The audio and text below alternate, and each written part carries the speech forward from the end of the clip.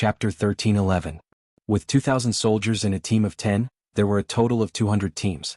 With such a large net, Su Yunxing had installed 200 large cameras and 2,000 small cameras between First City and Shajing City. When the time came, even the slightest movement here would not be able to escape his eyes. He wanted to see who was so bold as to launch a sneak attack on the soldiers of the 5-star army. According to the content taught before, when the 2,000 scouts left First City, it was like a spring breeze and a drizzle. Half of the scouts did not even ride a warhorse. They disguised themselves as ordinary people and mixed into the crowd exiting the city. Then they disappeared into the vast grassland and did not attract anyone's attention. Even the commander of the new army, Tiger Man, only knew that Yang Si had also sent out scouts. As for how many scouts had been sent out, he had no idea at all. Even the current highest-ranking general in First City did not know the situation, let alone the intelligence personnel of the Baiming army in First City. They only knew that the new army had sent out all the scouts. They also knew that these scouts were wearing military uniforms and were looking for something in groups. Later, this news was passed to Marquis Wu Qingho Shiheng by means of a messenger pigeon. Soon, the news was passed to General Fang Dingshan, who was waiting for an opportunity to continue to attack the logistics and transport troops of the 5-star army. Fang Dingshan had long expected that the new army would respond. He had also specially formulated a plan for this. He quickly ordered the Liaodong cavalry, who were looking for opportunities everywhere, to stop all military operations and avoid the limelight first. As a result, thousands of scouts of the new army returned without any results. For half a month, they did not find any trace of the enemy and no more transport troops were attacked. They thought that the enemy hiding in the dark had retreated and reported this to the headquarters of the new army. Tiger Man looked at the report that he was not very satisfied with and said with a dark face, "Let's keep an eye on them for a while." Although he also knew that it was very difficult for the cavalry scouts to move continuously, he did not believe that the enemy would take the initiative to retreat after tasting the sweetness without suffering any losses. As a result, the thousands of cavalry scouts continued to run on the grassland. Sometimes, when they passed by some trees and valleys, their every move was clearly seen by the Liaodong cavalry hidden in the forest. However, because the latter were already prepared, they missed several times. The sudden attack seemed to have faded away with the passage of time. Gradually, more and more cavalry scouts began to withdraw from the battlefield and return to the various armies and divisions. After all, those who could become cavalry scouts were the backbone of the army. It was impossible for them to gather together to complete a mission that they didn't know would happen. The earth seemed to have returned to tranquility. When the last batch of cavalry scouts also returned to the First City to rest and reorganize, the northern Ming Liaodong iron cavalry hidden in the dark began to appear in the sky again like a kite being flown. No, it was the grassland. After a month of ceasefire, the centurion in charge of this attack was named Dong Ping. He was young, bold, and could even be called arrogant. After hiding in the mountains for a month, he suffered a lot. The mosquitoes in the mountains were not to be trifled with. They did not care if you were a general or a soldier. In short, they would bite you when they had the chance. Perhaps it was because of his blood type. Dong Ping was very popular with mosquitoes. When he walked out of the mountains, his exposed skin was covered in red, which greatly affected his glorious image. Dong Ping, who was angry in his heart, naturally couldn't care less about the mosquitoes. He vented all his resentment on the 5-star army. After a month in the mountains, they had basically eaten all the food that could be eaten.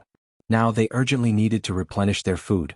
The 5-star army's transport fleet was their best target. Spread the men out and find the closest convoy to us. Surround it and destroy it. Dong Ping looked at the 4 cavalry scouts in his hand and gave an order. Then he led the entire team of 200 cavalrymen and slowly followed behind the scouts. When Dong Ping left the mountain, he was also very cautious. First, he sent out the only 4 cavalry scouts to wear the military uniform of the 5-star army. They went out to scout. After confirming that there was no danger in the surroundings, he led the team out. However, he didn't know that not long after he left the mountains, he was discovered by the scouts from the logistics headquarters. Different from the scouts of the new army, these scouts were not discovered by the scouts of the Baiming at all. In addition, some of the soldiers did not ride horses. Instead, they pretended to be wandering civilians and dug holes in the ground. They completely hid themselves in the ground and only occasionally poked their heads out to observe the enemy. Therefore, their disguise was not discovered at all. Previously, as the division commander, Su Yunxing had made a judgment. If the enemy was so hard to find, then they must be hiding somewhere. It was difficult to hide the enemy's army on the flat grassland. Only the trees and valleys could be possible. Thus, he placed some of the scouts near these places where people could easily hide and waited for the enemy to appear. As soon as Dong Ping led his team out, the appearance of his 4 cavalry scouts attracted the attention of the scouts hidden nearby. They were hiding in the holes they dug. When they heard the sound of horse hooves, they quietly poked their heads out. When they saw that it was actually their own comrades, they didn't pay too much attention at first. However, some inexplicable actions of these cavalrymen still aroused their suspicions. When these scouts disguised as 5-star army cavalrymen left a mark on the ground every time they walked, this made the scouts feel that something was wrong. If it was the 5-star army's cavalrymen, they didn't need to do this because this area was now under their control. They didn't need to be so careful. Someone who could do this was very likely to be an enemy. When they thought of the possibility of an enemy appearing, the scouts nearby became excited.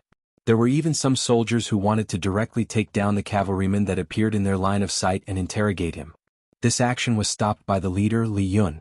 Li Yun was originally a company commander of the new 2nd Army's 1st Cavalry Division. Because he was very unyielding during the investigation, he was chosen by Yang Si and transferred to the Logistics Command. Yang Si, who thought highly of this person, wanted him to learn more skills, so he sent him to Su Yunqing's Cavalry Division. He was still a company commander there. This time he was also sent out and became the leader of a 10-man squad. Li Yun's personality was unyielding, but when he did things he wasn't reckless at all. He was even praised by his division commander, Su Yunqing, who said that he had a calm personality and was more suitable to become an outstanding scout. When he heard his team members say that they should take down the suspicious person, he thought about it and shook his head. This should just be the enemy's outpost. If we take him down, it's very likely that we'll alert the enemy. It's better to wait and see. He continued to mark out the marching route. The main force should follow behind. As the leader, Li Yun rejected the idea. The scouts, who were extremely strict, naturally didn't refute him. They stared closely at the route and waited for the enemy's main force to appear. Hard work paid off. More than 2 hours later, Dong Ping brought 200 Liaodong cavalrymen. They had indeed followed the signs. This was because in their eyes, this route was the safest and least likely to be discovered by the 5-star army. Leader, there are 200 cavalrymen. A scout said with excitement in his eyes. Fortunately, he didn't forget his own situation and lowered his voice. I saw them. How about this? When the enemy cavalrymen pass by, we will follow behind them. You go and find other comrades with war horses nearby and spread the news. This time we will eat them and capture them. I want to see which faction they belong to. Li Yun's eyes were also filled with excitement.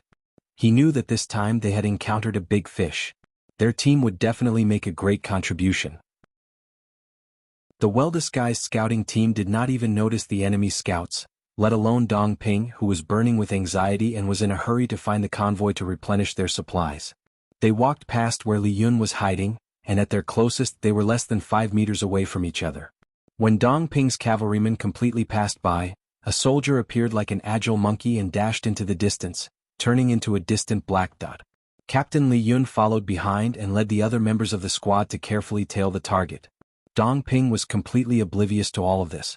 Around him, more and more scouts received the news and began to surround the place where they were. Especially when Commander Su Yunqing found out that the target was only 200 cavalrymen, he made a bold decision. This time there was no need for anyone else to act. The scout team alone was enough to complete the mission of capturing the enemy. On the grassland there was a convoy escorting supplies forward. It was already afternoon and the sun shone on the people's bodies, making them feel comfortable without the slightest bit of heat.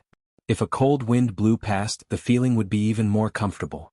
In this kind of weather, whether it was the 100 soldiers in the troop or the 200 civilians accompanying them, all of them had a happy smile on their faces.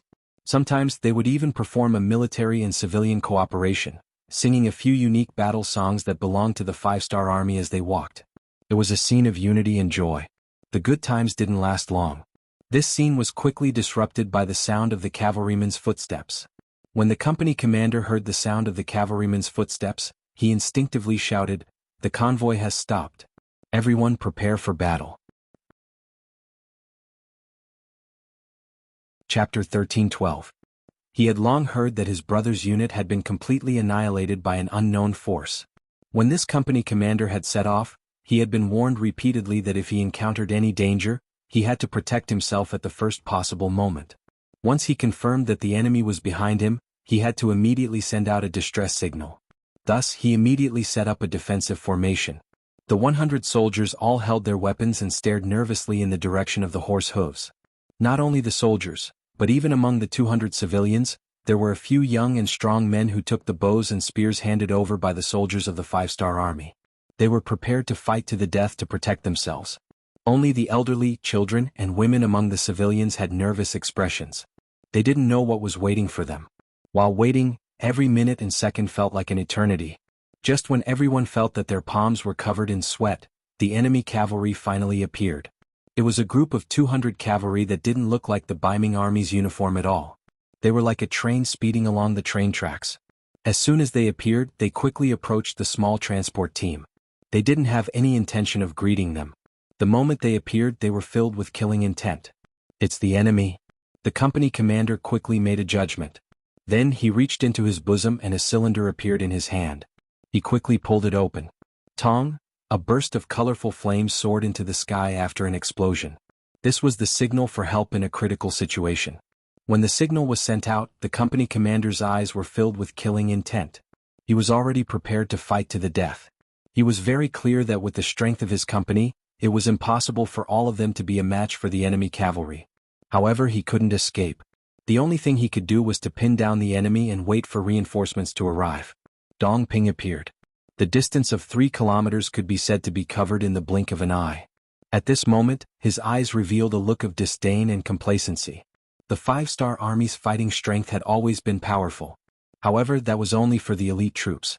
This new army that was responsible for transporting food hadn't been established for long.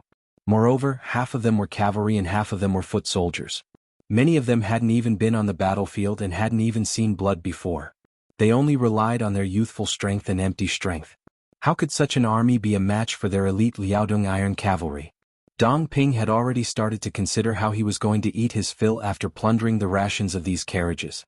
He didn't place the 100 5-star army and 200 commoners in his eyes at all. So what if they were prepared? In the face of his cavalry, wouldn't they have to stretch out their necks and wait to be slaughtered? So what if they sent out a distress signal? In at most a quarter of an hour, Dong Ping was confident that he would be able to kill everyone in front of him, snatch the food and run away. At that time in the vast grassland, who could do anything to him? Once he entered the forest, he wouldn't be afraid even if there were thousands or tens of thousands of 5-star soldiers. His body exuded confidence and his eyes carried a relaxed smile. In Dong Ping's eyes, this battle was as simple and easy as a hunt. He only needed to open his bloody mouth and victory would be his. The 200 cavalrymen on the other side came closer and closer. When they could clearly see the viciousness of the other side, the company commander gave the order to shoot. At the same time, he brought the remaining 50 cavalrymen and charged forward. If the cavalrymen wanted to display their advantage, they had to charge forward. The man borrowed the horse's momentum and the blade's speed to display the strongest power. If they just stood there and chopped, it would be like not using bean buns as rations and not using the village chief as a leader. Xiao xiao xiao xiao. The arrows came from afar, but Biming's Liaodong iron cavalry were already prepared. They only needed to dodge and block to easily avoid the arrows. Other than 1 or 2 unlucky ones who were injured by the arrows, no one died. This was because Biming's Liaodong iron cavalry were well trained, and because the 5-star army had too few archers. There were only 50 of them, so they weren't of much use. Kill? With a loud shout, the company commander swung his saber to the side. Although the situation wasn't good and death was inevitable, he still had to give it his all before he died. Even if he could only kill one person, it would be worth it. Ding ding dang dang. What followed was the sound of weapons clashing. It was like the bell signaling the end of a class. The cavalrymen fell from their horses one after another, just like students jumping out of class. 50 against 200 ordinary soldiers against elite veterans. In just one exchange, more than half of the 5-star army soldiers died. Less than 20 of the original 50 cavalrymen were left. The company commander's left arm already had a bloody wound. Under his strength, the blood flowed even faster and soon dyed half of his clothes red. He didn't care about this at all. He had already injured an enemy, so what he wanted to do now was to increase his victory and kill 1 or 2 people. It could be considered finding a companion in the afterlife. Kill? After another loud shout, the company commander brandished his saber and charged forward. Beside him were less than 20 cavalrymen who were lucky enough to survive. Kill? Dong Ping was also shocked by the company commander's imposing manner. After the previous round of charging, one of his men was actually killed and 7 others were injured. This result greatly angered him. He was leading the elite cavalrymen that Biming had spent a lot of money to train. The other party was just a young recruit who had undergone a short period of training. Even if there were 100 of them, they shouldn't be exchanged for the life of one of his brothers. Now that one of them had died, he was furious. He felt that his dignity was being challenged. Next, he wanted to carry out the fiercest revenge. He wanted to let these damned 5-star army soldiers know that provoking him wouldn't have a good ending. Under 2 loud shouts, the 2 sides clashed again. What followed was another wave of sword light. More than 10 cavalrymen fell to the ground and were buried here. Ha ha ha. A loud laugh came from the company commander's mouth. This time he finally managed to kill an enemy with his own hands, but the price he paid was a bone-deep wound under his ribs. However, he didn't care anymore. What he wanted was to kill enough people. That way, even if he died, he could look up to the sky and laugh. Dong Ping's expression became even worse. In the second round of charging, although he killed 13 of his opponents, his side had 2 dead and 3 injured. Looking at the cavalryman formation that only had 6 people, he gritted his teeth and said word by word, kill them all. Don't leave a single one alive. Kill. The other Biming Liaodong cavalrymen were also full of hatred. The ordinary 5-star army soldiers that they regarded as ants actually dared to fight back. They actually killed 3 of their men and injured several others. This was a disgrace. They had to kill all of their enemies to prove that they were a strong army. Both sides were full of anger. Killing intent filled every part of their body. Everyone knew that they would fight until the end. In the end, only one team would be standing here. And that team must be the Biming Liaodong cavalrymen. Shio shio shio, the sound of air breaking suddenly came from afar. Not far from where the 2 sides were fighting, a team of 10 cavalrymen appeared. They were the scouts that immediately rushed over after receiving the news. This team of 10 had been hiding in the dense forest all this time. According to the military order, they did not have any direct scouting mission. Their most important task was to slow down the enemy's escape once they appeared. After waiting for a month and being bitten countless times by mosquitoes, they finally had the chance to attack. 10 elite veterans that were selected from various armies rushed out. They finally arrived at the battlefield at the last moment. 10 arrows were shot out. They pierced through the air and attacked the Biming Liaodong cavalrymen from the side. Unfortunately, because the distance was too far, the arrows fell to the ground halfway and did not cause any damage to the enemy. Ha ha ha. Dong Ping and his subordinates could not help but laugh when they saw this scene. They were surprised by the 5-star army's quick reaction. However, only 10 cavalrymen came. Moreover, they had such poor archery skills. This made them relax. These people were not worthy of being called their opponents. You guys go and take care of them. After laughing, Dong Ping did not care about these 10 cavalrymen at all. He casually pointed at a squad leader and asked him to lead the team. The squad leader had 9 soldiers under him. He immediately agreed, and the 10 of them, including himself, went to meet the 10 cavalrymen. They smiled and waited for their prey to enter the net. Then they would show their cruelest side and kill them. Dong Ping was not in a hurry to make a move. He wanted to let these 5-star army soldiers who dared to draw their swords at him see how he would kill them one by one. The feeling of despair must be very fun and interesting. They're here. Facing the 10 Biming Liaodong cavalrymen who were wearing Mongolian uniforms, the squad leader of the 10 cavalrymen, Zhang Zhou, said softly. When he said this, there was not the slightest trace of nervousness on his face. On the contrary, he looked eager to give it a try. Zhang Zhou used to be a deputy battalion commander in the new Second Army. Although the disciplinary investigation group did not find anything wrong with him, he could not stay in the new Second Army anymore. Therefore, he came to the logistics division and waited to take up a position in another army. In the end, because of his good performance, he caught Su Yunqing's eye and became a soldier in the reconnaissance division. Zhang Zhou, who had been on the battlefield and had seen blood, did not completely change after a period of learning as a reconnaissance division. His personal ability had indeed more than doubled. He had always wanted to show off what he had learned. Now that the opportunity had come, the long-awaited battlefield made his hormones rise. He could not wait to perform well. Chapter 13:13. Zhang Zhou was not the only one who was excited. The 9 squad members beside him were also very excited. Warriors who could become scouts were all veterans who had been through hundreds of battles. They had potential that others did not have. In addition to what they had learned during this period of time, They were eager to perform well and see how much they had improved. The 10 soldiers with different expectations slowly approached. They did not show the slightest bit of fear when facing the 10 enemy cavalrymen. Even though there were close to 200 cavalrymen behind these cavalrymen staring at them like tigers and wolves, they were still fearless. You have some guts, but I don't know if you can maintain your composure under my cavalry sword. Charge. The squad leader yelled and led 9 cavalrymen to charge forward. Although there were only 10 cavalrymen, they still gave off a sense of majesty. Spread out. Facing the cavalrymen who were charging more than 200 meters away, Zhou Hao gave the order the moment the enemy moved. Then, the 10 soldiers separated and each occupied a position within a limited time. It felt like they were fighting alone but also like some kind of formation. Shoot the arrows. As soon as they finished moving, Zhou Hao shouted. His voice was like the roar of a tiger and the roar of a dragon, spreading far and wide. Dong Ping and the others who were not far away heard it and laughed out loud.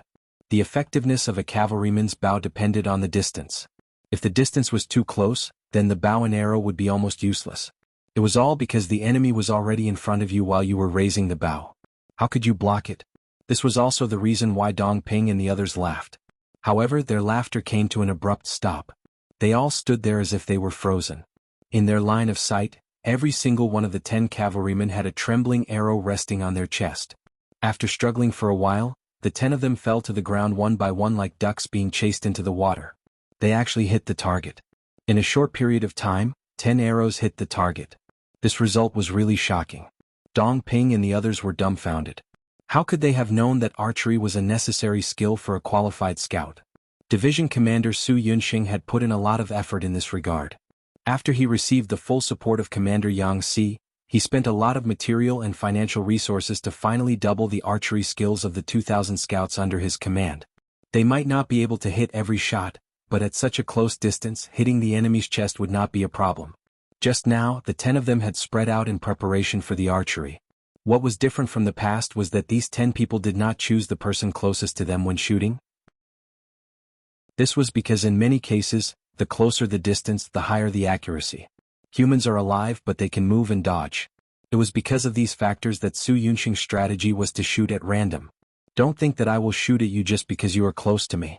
If you think this way and dodge according to my arrow, then you're making a big mistake and falling into my trap. Because I'm shooting at the person beside you and the person beside me is shooting at you. In this way, it was really impossible to guard against. A cavalryman could instinctively dodge one person's arrow, but they couldn't dodge multiple people at once. This was why they fell into the trap. This was because their dodging actions were useless. They even got the wrong target, so how could they dodge successfully?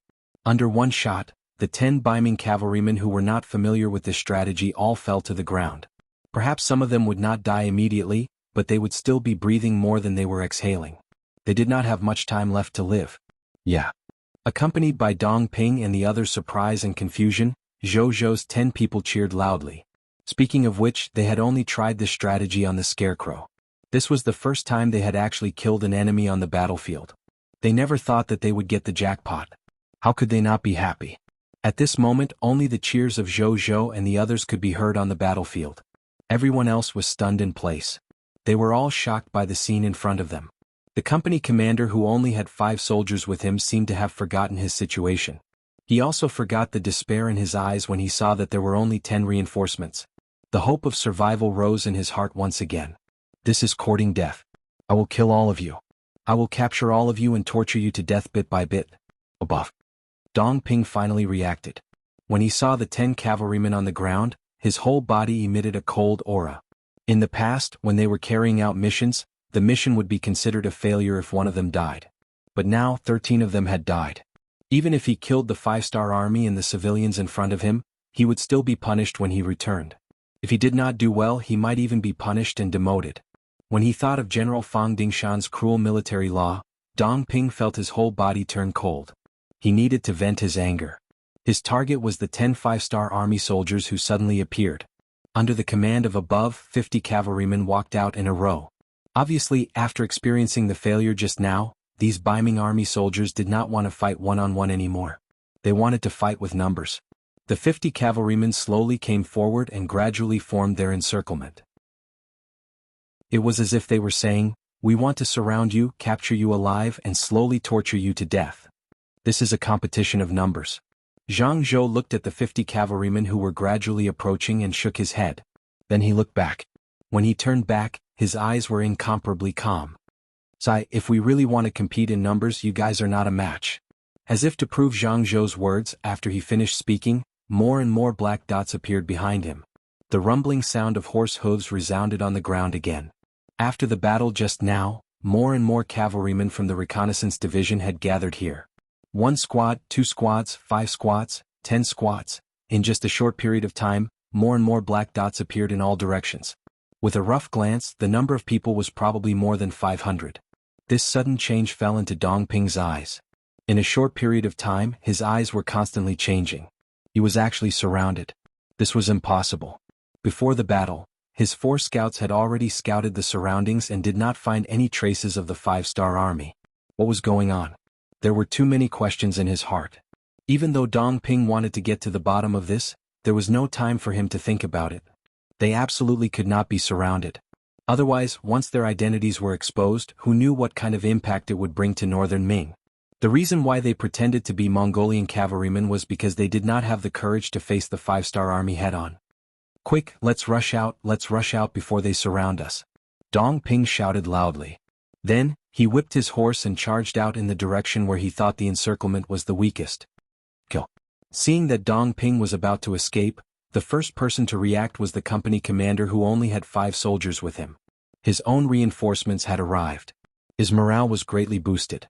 He wanted to avenge his fallen comrades. The company commander and his 5 soldiers moved. But what was strange was that only they moved. The scouts that surrounded them did not attack, nor did they run. Instead, they stayed where they were. Some took out bows and arrows, some took out horse ropes, and all of them leisurely looked at the Biming army, who were running in all directions. How to attack the enemy when they were still was one of the training courses for scouts. To them, this was a small matter, as simple as eating and drinking. Dong Ping did not know this. When he saw that the 5-star army soldiers did not stop him, he thought that they were afraid and ran even faster. He urged his horse to gallop, as if he was afraid that the enemy would suddenly turn around and attack him. Someone in the crowd shouted first. Then bows and arrows, horse ropes, and other objects flew out. Some of the bolder ones directly jumped on the Biming soldiers closest to them. It was obvious that they wanted to capture them alive.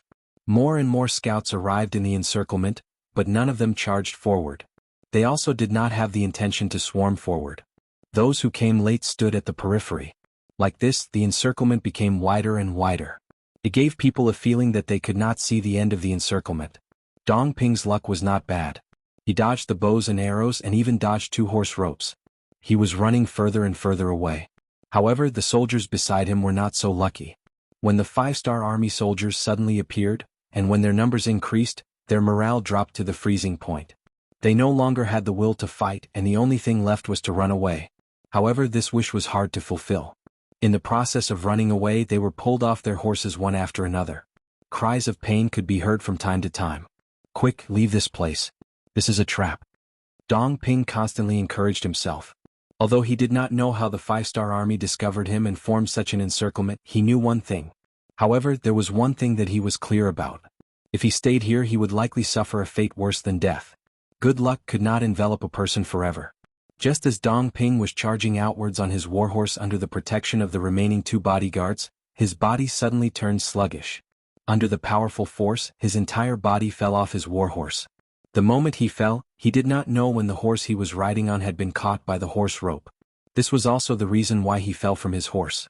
With a plop, Dong Ping fell from his galloping warhorse. At this moment, Dong Ping felt as if all the bones in his body had been broken. Pain filled his entire body, making him feel as if being able to take a deep breath had become an extravagant hope. Even so, Dong Ping did not forget his situation. If he continued to walk, the pain would be unbearable. However, if he did not leave now, he was afraid that he would suffer 100 or 1,000 times more pain. That was what he could not accept. Chapter 13-14. He forced himself to sit up straight, then held his breath and jogged forward. He wanted to escape from this place. He didn't want to die. Swoosh. Dong Ping, who was running, once again fell to his knees. The first thing he fell to his knees was a lasso rope around his feet. Dong Ping, who had fallen, felt as if his chest had been smashed by a heavy hammer, making it increasingly difficult for him to breathe. However, the hope of survival still made him force himself to sit up. He reached out his hand and touched his ankle. He wanted to untie the lasso rope and regain his freedom. Do you still want to struggle? The person who caught Dong Ping was Captain Li Yun, who had just arrived. He rode on a warhorse and looked at the struggling Dong Ping with great interest. Then, with a smile on his face, he let out a frivolous shout.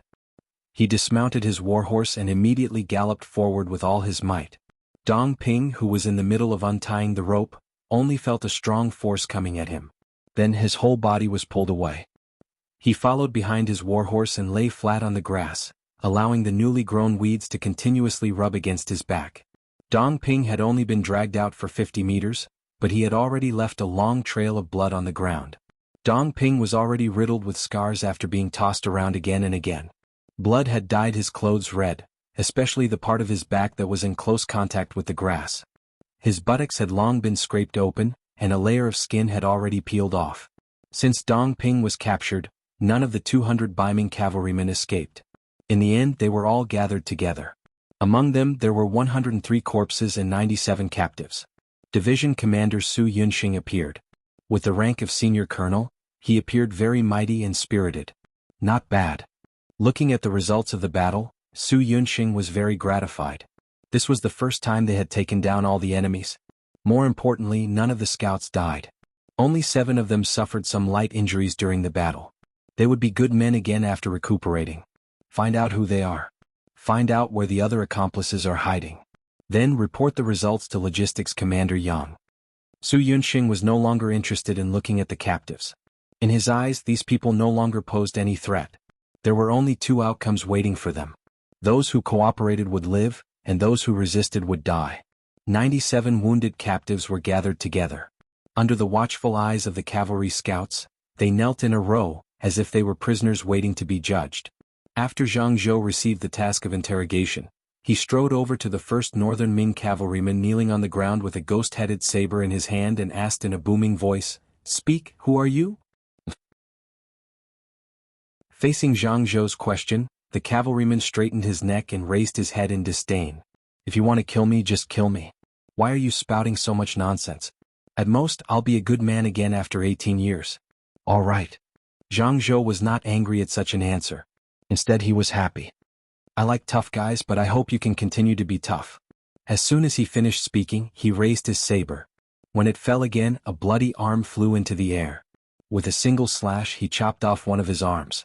Blood splattered everywhere, and the intense pain caused the Baiming cavalryman to cry out in pain before he fainted. "You fainted just like that? Boring." Seeing that the Baiming cavalryman in front of him was so weak, Zhang Zhou shook his head in disappointment. He raised his saber again, and a fresh head was separated from the body. "Sai, he's already fainted. There's no need to interrogate him. Why don't we just kill him?" Zhang Zhou muttered to himself as he walked up to the second person. His face was calm as usual. It was as if he didn't kill a person but a chicken. Seeing Zhang Zhou walk up to him with his saber still dripping with blood, the second Baiming cavalryman's expression changed again and again. With the previous example, his heart was in a mess. Speak? That would be betrayal. If he didn't speak, he would die. It was very likely that he wouldn't die quickly. What choice should he make? Zhang Zhou didn't give the cavalryman much time to think. To Zhang Zhou there were a total of 97 captives. Even if half of them died, it didn't matter. In the end, as long as one of them spoke, it would be fine. He believed that among these 97 captives, there would always be someone who was afraid of death. "It's your turn. Same question. What do you want to say?" Zhang Zhou's voice was very normal. It was as simple and casual as a commoner asking if they had eaten. Just as the cavalryman was hesitating, the ghost-head saber fell again, and another arm flew into the air. Before it landed, Zhang Zhou's hellish voice sounded. "You're actually a stutterer. How boring." "No, I'm not a stutterer." The cavalryman who lost an arm shouted loudly, but it was the last sound he made in his life. The ghost-head saber fell again, and another head was separated from the body. After killing 2 people, Zhang Zhou didn't have any intention of stopping. Compared to these people who attacked the 5-star army and killed innocent civilians, what he did wasn't excessive at all. He took a step forward and arrived in front of the third person.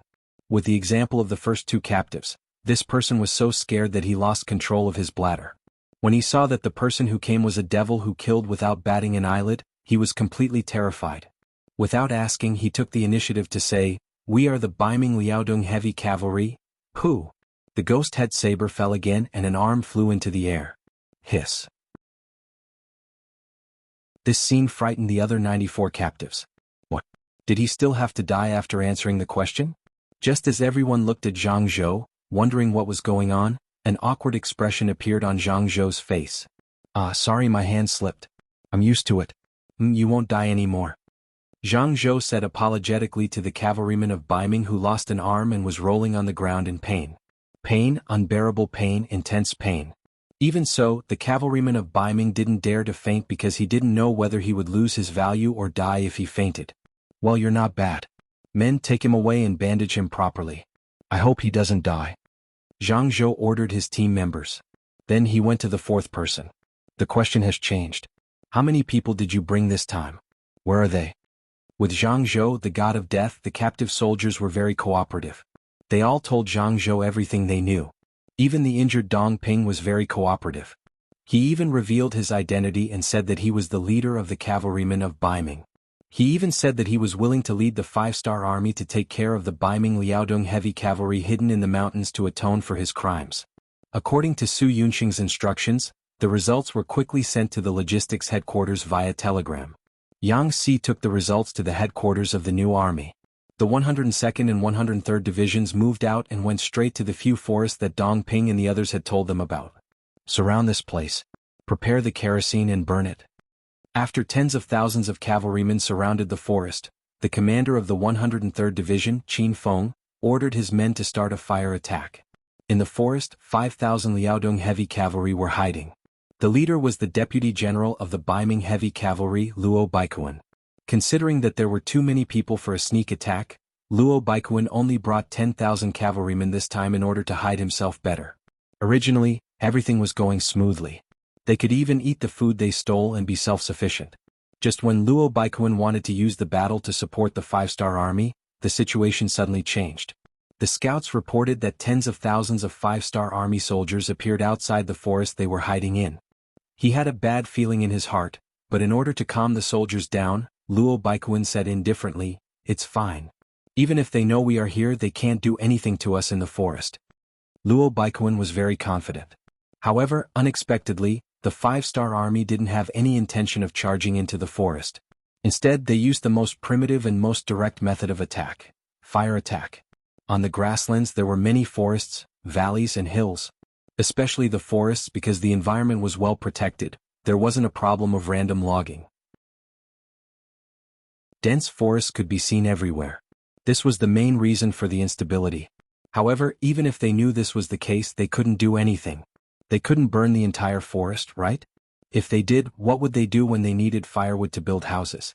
However, if they had enough information, it wouldn't be a problem to burn only one place. Just like now, the fire was only aimed at the hiding place of the Baiming cavalry. When the smoke rose, all sorts of birds and animals in the forest ran out. Not long after, the Baiming cavalry also charged out. Luo Baikuan couldn't allow his brothers to be suffocated or burned to death. Although he knew that there was a large group of 5-star army archers waiting for him outside, he had no other choice. Other than charging out, there was no other way. When they rushed out, Luo Baikuan had also played a trick. He had divided the 5,000 people into 20 groups. The larger groups had 1,000 people, while the smaller groups only had a few hundred people. The purpose of this was to confuse the 5-star army outside. When the 5-star army was at their wits' end, more people would have a chance to escape. This included himself.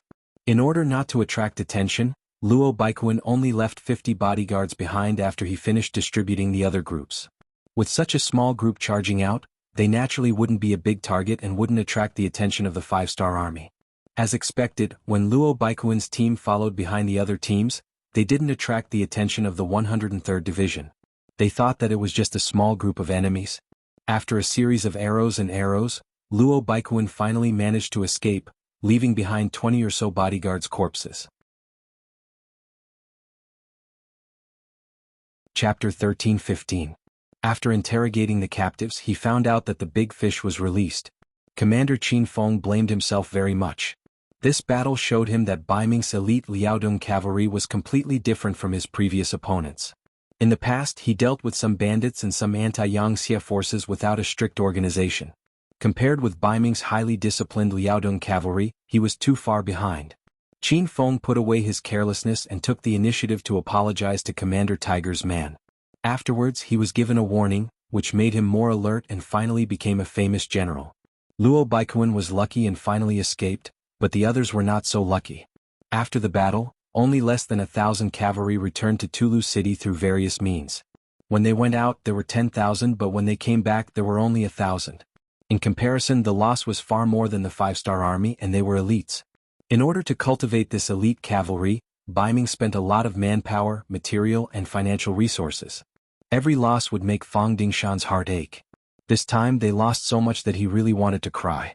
After Wu Qingho heard the news, he first comforted Fang Dingshan, saying that these lost soldiers could be re-recruited and retrained, and that there was no need to be too sad. After that, he suggested that the Liaodong cavalry should be prepared for battle. After all, he did not know whether this would anger Bugnam of Gojoseon, and whether it would lead to a war between the 5-star army and the Bai Ming army.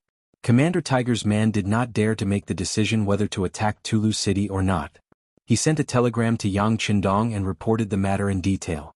After Yang Qindong, who was in Ili County, learned of the situation, he gave the order for everything to proceed as usual. This time, although the Bai Ming army provoked them first, they suffered the biggest loss. He believed that with this lesson, they would not act recklessly again. As for not falling out with Bai Ming, Yang Qindong naturally had his own plans. Yang Qindong could attack other foreign races, forces, or countries without hesitation, and he would not hesitate to move forward with the blood and corpses of his enemies. But for the great Ming dynasty, which was full of Han people, he would never do that. His goal was the strength of the Han people and to reach the peak with them. If he killed a Han person, wouldn't that be the opposite of his goal? The matter was temporarily put aside. After this matter came out, Shi Heng and Fang Dingshan became a lot more honest. Although they did not know why the 5-star army did not retaliate, they did not dare to try. If they really attracted the 5-star army, they did not have much confidence that they could stop them. But now they were already satisfied that both sides were not interfering with each other. Outside Gonglu City, battle cries shook the heavens and countless people wielding swords and blades were attacking the city walls. The soldiers wearing the Li Bianli uniform were constantly shooting arrows or holding swords and spears to defend the city. Not far away from the city, the 5-star army's cavalrymen were lined up in neat rows. The flag of the 5-star army was fluttering high in the air. The commander of the first army of the non-humankind, Bai Shuang, was riding on a warhorse, silently watching everything that was happening in front of him. Ever since they had crossed the heavenly mountains and entered the Little Yule City, the first army led by Bai Shuang had appeared invincible. The quick-witted White Shuang adopted the method of sending out a small team when encountering a small group of enemies, and sending out the entire army when encountering a large group of enemies. This allowed the soldiers under him to gain experience on the battlefield. Although there were some losses because of this, the effect was very good. The soldiers had all experienced the cruelty of the battlefield and had all seen blood. There were no new recruits in the army and they were all veterans. While training the soldiers, Bai Shuang did not forget to strengthen himself. This time only his first army came to Ili Bianli, and in the end there were only 30,000 of them. With just these people they wanted to overturn Ili Bianli, who had hundreds of thousands of soldiers and was the host. He did not have such arrogance. How to strengthen himself? After thinking about it, Bai Shuang had his own idea, and reported this idea to Yang Qindong through the radio, and obtained his approval. After obtaining permission, Bai Shuang started to put it into action. And under his hard work, the villages outside the important towns and cities were surrounded one by one. Some of the rich people in the villages became ghosts under the blades of the first army. After killing those who obstructed them, they opened the granaries, and the local people were finally able to fill their stomachs. At this moment, when the 5-star army expressed their intention to recruit them, and said that as long as they followed them, once they took down the important towns, they would be able to obtain more food. More and more young people joined the 5-star army, and the army swelled up. Since ancient times, the people were the kindest and the easiest to be satisfied. This was not only the case for the Han people but for the other races as well. Their request was very simple, and that was to be able to eat their fill and not starve to death. However, this small request could not be satisfied. The gap between the rich and the poor existed everywhere, but the emperors only saw the prosperity of the capital and the big cities. As for the lives of the people in the corners, they did not know and no one would tell them. However, it was undeniable that these people were a force that could not be ignored, and they were often the first to rebel. Under Yang Hodong's guidance, Bai Shuang, who understood this principle, chose to pull these people under his command. He borrowed their strength to complete the strategy of using the spear to attack the shield. From the looks of it, everything was going smoothly. Currently, Bai Shuang had 30,000 soldiers of the First Army under him, and 80,000 people under him. However, these 80,000 people were not the limit. Every day thousands of people were joining at a rate of increasing. The more people there were, the more rations they would need. Thus, Bai Shuang gave up on the idea of attacking the small villages and set his sights on the important cities. Gonglu City was the main road from the capital to Telehara, and it was heavily guarded. Of course, there was also a large amount of rations stored there. 110,000 people, under Bai Shuang's orders, surrounded Gonglu City, and what followed was a brutal siege. This battle would focus on the civilians. When Bai Shuang promised that once they took down the city, they would take 70% of the wealth and rations, while the 5-star army would only take 30%, the civilians became excited and agitated. Even without Bai Shuang's supervision, they had already made their own siege ladders. Holding the various weapons they had obtained before, including sabers, swords, spears, staffs, and even hoes and pickaxes, they launched an extremely fierce attack on Gonglu City. Within Gonglu City, there were 20,000 soldiers of the First Army. With such an advantage in numbers, if the First Army of the non-human kind only had 30,000 soldiers, it would be almost impossible to take them down with cold weapons. However, with these 80,000 soldiers, it was a completely different story. They were fighting for survival and they were truly fearless. After one wave died, another wave charged up, and it seemed like they would not stop until they took down the city. After 5 days of continuous siege, only half of the 20,000 soldiers in the city remained alive. Moreover, the morale of the soldiers was very low. Seeing that the city was about to fall, the general had no choice but to send out the 6th carrier pigeon to ask for help. At this time, within the palace of the First Army, King Bao Lide was sitting on his throne with a worried expression. His gaze fell on Prime Minister Arab, General Waliji, Korban, and the others in the hall, as if he was asking for advice. The sudden appearance of the First Army had completely caught the First Army off guard. When King Bao Lide and Prime Minister Arab had analyzed the situation, they had not thought of this at all. They believed that while the 5-star army was powerful, their lack of manpower was a fatal flaw. It was impossible for them to pose any threat to the First Army. With Heavenly Mountain, even if the 5-star army came, they would not be able to send too many people. After all, once there were too many people, food would become a huge hindrance. They had come with the intention of watching from the sidelines, and they had even thought about how many reinforcements they should send to help the Turpan kingdom. After all, they knew that if the lips were gone, the teeth would be cold. Who would have thought that the 5-star army would appear right in front of them and no one could stop them? They had arrived at Gonglu City just like that. Gonglu City was only a little over 200 li away from Ili City.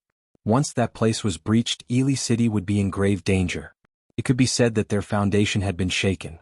Under King Bao Lide's gaze, Arab finally spoke, "We have to save them, but the problem is how to save them and how many soldiers to send out." This meant that Arab was also hesitant. How many people should they send to save them? Should they send their main force to fight the 5-star army? Or should they send out a small number of soldiers to save Gonglu City from being surrounded? The reason why Arab was so troubled was because the people attacking the city were the citizens of the First Army. Even if they killed them, it would not do any harm to the 5-star army. On the contrary, they would have to bear the bad reputation of killing the citizens. This was not what the Prime Minister wanted. On this point, Bao Lide was also in a difficult position and he was also very angry. He believed that he had been very compassionate towards the people ever since he took the throne, and his cooperation with the Prime Minister Ali Pu was also considered tacit. The strength of the entire Ili Empire was constantly rising, otherwise he wouldn't have the idea of expanding his territory. But why would the citizens rebel? This was simply incomprehensible. On this point, King Bao Lide had also committed a bureaucratic crime, and even Prime Minister Arab had become an accomplice to the villain. They could only see the prosperity in front of them, but they could not imagine the hardships of the people in the remote areas under their rule. Of course, with their status, it was difficult for them to investigate the hardships of the people. With a large number of people following them, how could they have the opportunity to do so? On this point, it had to be said that Yang Qindong had done very well. Chapter 13-16. With Yang Bao as a powerful tool, countless reporters went around and reported everything they saw and heard to the local Yang Bao. The situation could be seen at a glance. Once the reporters found out that there was a bug in their reports, they would receive a large reward. This greatly motivated the reporters. For example, the Yang Bao of the various regions had become something that important officials like City Lord Yu Qian had to read every day. Even Yang Qindong would read the different Yang Bao when he was free, to understand the situation under his rule. In an era without the internet, it was naturally impossible to spread the news all over the world. However, with Yang Bao, the situation was greatly alleviated. In particular, Yang Qindong strongly encouraged the reporters to report more shady things and gave them a large reward. This kind of thing that was usually seen as shameful by the monarch and even covered up was actually encouraged by Yang Qindong. It was easy to imagine that in front of these reporters, they would pick on some things for no reason. Which official would dare to mess around with their superiors? Yang Bao's appearance also became a spur to the officials of the various regions. Once they understood where the problem was, they would solve it as quickly as possible. They were afraid that this matter would be reported and affect their own political achievements. In addition, Yang Xie's law was based on a proportional distribution of grain. If the harvest was good, more grain would be handed in. If the harvest was bad, less grain would be handed in, and if the harvest was bad, children could still receive grain. In this way, they did not have to worry about not having enough to eat in a year of famine or having to hand in a large amount of grain when the harvest was good, and the people became richer. At the very least, food and clothing were no longer a problem. The commoners would be able to eat their fill, and they would have extra money to buy the things they liked. Under such living conditions, who would think of rebelling? If someone dared to think of rebelling, they would not be able to get past the people. Different policies led to different people's hearts. Compared to Yang Xie, there were too many loopholes. No matter how hard Bao lied and Alip worked, no matter how good their policies were, when it came to the implementation of the policies, it was completely different. The people still did not have real benefits. Without food to eat, what could they do if they did not rebel? But no matter what, they were still citizens under their rule. If they really fell out with them, they would only lose their own strength. This was what gave Bao lied and Alip a headache. The people were their roots, but now they had become their enemy. At this moment, the two of them regretted it. If they had known this would happen, they would have been nicer to the commoners, or at least moved them into the city.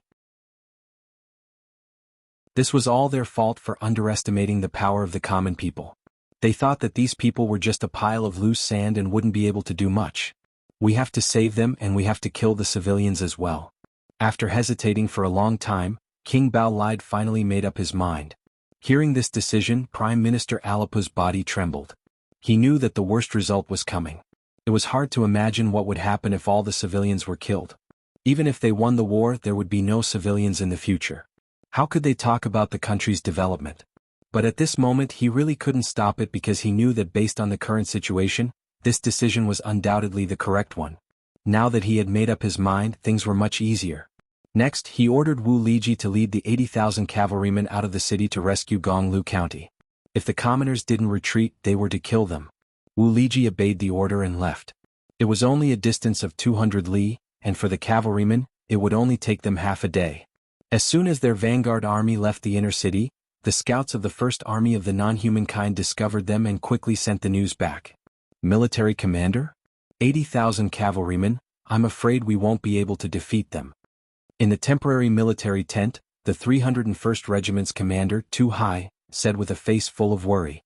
During this period of time, Bai Shuang had used his own methods to convince Tu Hai and the others, allowing them to fully realize that other than being a little younger, this commander in front of them was indeed outstanding in terms of personal ability. If they had to compare, he was much stronger than Commander Sukuda. Not only Tu Hai, but the other 3 division commanders also looked at Bai Shuang. They wanted to see how this military commander would deal with this situation. That's right, we won't be able to defeat them. Bai Shuang said with a relaxed face, not blushing in the slightest. He only had 30,000 men, while the enemy had 80,000 cavalrymen. Furthermore, they were fighting on their home ground. Whether it was the logistics or the replenishment of their troops, they were not something he could compare to. Since that was the case, there was no way he could continue fighting this battle. If we can't win, then we'll retreat. Our original plan wasn't to attack the big cities anyway. Retreat. Hearing this decision, Tu Hai and the others were stunned. Obviously, this result was out of their expectations. Of course we have to retreat. Didn't Division Commander Tu already say that? If we can't win, then what are we waiting for? Order the army to prepare to retreat. Oh right, take out a portion of the silver we've obtained during this period of time and distribute it to the commoners. Tell them that this is a reward for their hard work over the past few days. Bai Shuang chuckled. Retreating was the right thing to do. By making preparations in advance, they could ensure that they would not suffer any losses when the Yili army arrived. But when it came to giving out silver, the division commanders were confused. If they were going to retreat, then the commoners would naturally be abandoned as well. What was the point of giving them silver then?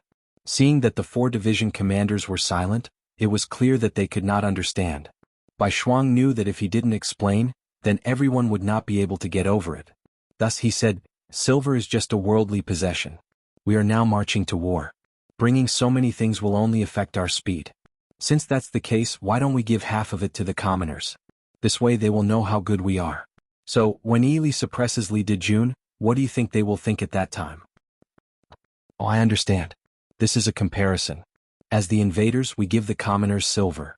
On the other hand, their army is going to slaughter the commoners. This will only cause the commoners to be even more alienated from them. It is possible that they will come looking for us. Luan Xiaojiang, the commander of the 302nd Division, said with a look of sudden realization. Yes, this is a trap. Sensei Naganabu, the commander of the 303rd Division, also spoke up. It was rare for someone of a different race to have such a thorough understanding of Han culture. Bai Shuang was very satisfied with his subordinate's performance. Then he said with a smile, "All right, since everyone knows the meaning behind this, let's go make the arrangements now." The first army of the foreign races took out half of the silver they had plundered and distributed it to the commoners who were attacking the city. This received a wave of praise. In comparison, their own king had abandoned them, while the enemy had sent them silver. It was clear who was better and who was worse. Amidst the praises of the commoners, Wu Liji led the 80,000 cavalry to the outskirts of Gonglu city. What followed was a massacre of the commoners. Infantry was naturally weaker than cavalry. In addition, their weapons were not as good as the enemy's, and there was no effective organization. Very quickly, the commoners were forced to retreat. Blood flowed like a river outside the city, and more than 20,000 commoner corpses were left behind. General Wu Liji was not happy at all after winning such a battle. He didn't even know if this was a good or bad thing. However, as a general he was just following orders. With a sigh he ordered, "Fortify the city. Prepare arrows, kerosene, logs and boulders in case the enemy attacks again." Just as Wu Liji was reorganizing the defenses of Gonglu city, a piece of news spread through the entire inner country. It was said that Bao Lide was an army that didn't dare to fight against the 5-star army, and only dared to kill the commoners. Very soon, the commoners were in an uproar, and the foundation of the country was greatly shaken. At this time, the first army of the foreign races had already turned around and headed towards the west of Keepmeon Mountain. There was a city called Tudarak and it was their next target. Since they were already prepared, the army retreated safely without suffering any losses. This made Bai Shuang, the new commander, even more powerful. Currently, there were very few people in the first army who didn't want to submit to this young commander. When the first army of the foreign races arrived at the vicinity of Tudarak city, it could be imagined that there would be another one-sided slaughter. Perhaps not long after, the commoners here would be instigated by them again, and the reputation of the 5-star army as a good army would spread very quickly here. In Luobu city of the Yarkyang tribe, the new 5 armies were preparing to continue their expedition. With the example of the first army, Shi Wanshan followed suit and used the local commoners to bribe and make use of them. Moreover, they were doing very well. One of the most important reasons was that they had the help of the surrendered general, Aleifu. This was definitely a great weapon. As a general of the Yarkyang tribe, Aleifu was very familiar with the situation here. After Shi Wanshan and Ning Wenfeng had a discussion, they put Aleifu in an important position and allowed him to establish an army. With the support of the new 5 armies, a puppet army was quickly established, and its members were constantly expanding. This time they were able to successfully take down Luobu city, and this puppet army played a very important role in it. After taking down the city, they opened the granary and all the puppet army, including their families, were able to eat and save a lot of food. Suddenly receiving so many benefits out of nowhere, it was natural for a person's mentality to change easily. Compared to working hard for many years and still having to live a poor life, now that they could have enough to eat and wear, this also aroused the greed in the hearts of many people. The number of the puppet army increased, and in just a few days, it surpassed the number of the new 5 armies, reaching a huge number of 40,000. Chapter 13-17. Araf regained control of the military power. These were all given to him by the 5-star army. This made him very excited, and at the same time he felt even more loyal. With his full cooperation and the people wanting to get better benefits, the new 5-star army led them all the way south and went straight to the next target, Chitai City. It could be imagined that it wouldn't take long for the entire Yirkiang tribe to fall into chaos under the suppression of the 2 armies. Perhaps at that time the 5-star army's main force would be able to solve all the problems here. Compared to the results and victories of the 1st Army and the new 5-star army, Yang Qindong's main force of the 5-star army had just taken down the Iron Gate Pass and was confronting the Aries dynasty from afar. This time the Aries dynasty was entrusted by the 3 countries to help. They sent a total of 150,000 soldiers, including 100,000 cavalry and 50,000 infantry. When Yang Qindong heard the news, he was speechless. Although the Great Ming Empire was known for its vast land and abundant resources with a large population, its financial resources were not as strong as outsiders thought. At least in the area of war horses, it was seriously lacking. Just like the 100,000 Liaodong Iron Cavalry, it was also built by Baiming at a great cost. If the Great Ming Empire had an inexhaustible supply of war horses, in addition to their powerful logistical support, wouldn't they be able to easily build an army of 1 million soldiers? If that was the case, not to mention people looking for trouble with them, it would already be extremely fortunate if those foreign races didn't come looking for trouble. Just from this point alone, it could be seen how important war horses were to a country. This time the Aries dynasty sent 100,000 cavalry. It was said that some of the elite divisions had 2 horses per person. This number made Yang Qindong instantly jealous. Today Yangxia was very powerful. Whether it was territory, population, or wealth, it could definitely make any forces and countries look up to it. But in the area of war horses, it was still seriously lacking. This naturally had a lot to do with the continuous increase in the number of soldiers of the 5-star army, but didn't it mean that the foundation of the 5-star army was still too weak? Now that there were more than 100,000 war horses in front of him, it would be strange if Yang Qindong wasn't tempted. Just as he was thinking about how to deal with the Aries dynasty's army, he received a telegram from Tiger's Mane. It recorded in detail that Baiming's Liaodong Iron Cavalry had harassed the transport convoy and the immigrants. A group of villains. Beta Persei looked annoyed after reading the telegram. Yang Qindong's expression as he fell into deep thought. He had his own ideas on how to solve the problem between himself and the North and South Great Ming. Considering his goals and ideals, he first rejected the idea of heavy losses empire and Baiming himself. In the future, the Han people would become the rulers of the entire world. If their population was too small, it would not work. If the population was too small, he couldn't do something that would harm his own strength. At this moment, the Han people of Baiming Empire had long been regarded by Yang Qindong as his own people. Even if he lost a person for no reason, he would feel heartache. It was a pity that very few people would be able to understand his way of thinking. Perhaps in the eyes of many people in the Great Ming Dynasty, especially those from the imperial family and the so-called well-read people who wanted to gain benefits, he was an anomaly. He was someone who wanted to usurp the throne. How difficult would it be to make these people surrender to him without shedding a drop of blood on their swords? The revolution had not succeeded yet. Comrade, you still need to work hard. For his great ideals, Yang Qindong would not retreat even if he knew that there was a bottomless abyss in front of him. He firmly believed that as long as he did something, there was a possibility of success. And he was now on the path to success. Since you took the initiative to provoke us, you must pay the price. Send a telegram to Tiger's Mane and tell him to act like an army attacking the city and force Shiheng to hand over the people. Tell them to hand over 1 million Han people. Otherwise, we will break through Tulu City and kill our way to Baiming's capital. Send a telegram to Yang Si and have his logistics division fully cooperate. Yang Qindong said firmly. 1 million. Hearing this request, Beta Persei took a deep breath and said worriedly, I'm afraid they won't agree to this request, right? They definitely will. Yang Qindong's lips curled into a smile. No one understood the system of the Great Ming Dynasty better than him. At this moment, the Northern Ming Dynasty was in a weakened state and was no match for the 5-star army. He could see this logic clearly, and Zhu Qiu could also see it clearly. In order to protect his position, he could only agree. In a country where military power was dominated by literature, the emperor was number 1, the important officials and clans were number 2, the other civil officials and scholars were number 3, and the generals were number 4. As for the commoners at the bottom of the hierarchy, they didn't even have a place. However, paying such a price could indeed temporarily protect his safety. Yang Qindong believed that Zhu Qiu knew how to choose.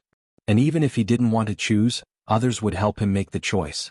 Yang Qindong's face was full of confidence. He wanted to use this method to nibble away at Bai Ming's strength. It was like boiling a frog in warm water. One day when the other party reacted, they would realize that they had no commoners to use, no army to send, and no people to recruit. At that time, it would be time to seize the fruits of victory without shedding a drop of blood. There was another important factor that prompted Yang Qindong to make this decision. As Chichen City continued to grow, as Yangtze's territory continued to expand, as the 5-star army's military strength increased, the Han people that he could use were insufficient. Just like in some of the secret factories in Chichen City, as electricity was popularized and used, production lines were built one after another with the help of the technological books he took out. New factories also sprouted up like bamboo shoots after a rain, and all of them began to lack manpower. This forced Yang Qindong to think of other ways. In his opinion, it wasn't a big deal for some knowledge to be learned by the Han people. Even if he grew old one day and his descendants didn't live up to expectations, the ones who grasped this knowledge and power would definitely be the Han people. This way, even if they split and merged in the end, the meat would still be in the pot and would not be taken advantage of by other countries. With this thought in mind, he dared to use the Han people even if they were a little stupid. Using this opportunity to bring in 1 million people, it should be able to greatly alleviate the development of Chichen City. With Yang Qindong's confident tone, Beta Persei naturally wouldn't doubt it. After agreeing, he went to the telegraph room. Yang Qindong's gaze once again landed on the sand table in front of him. After a while, his magnetic voice sounded out, "Men, inform the 4th Regiment Commander Ling Daqiang to make a trip here." With a gold star on his shoulder, Ling Daqiang quickly appeared in front of Yang Qindong.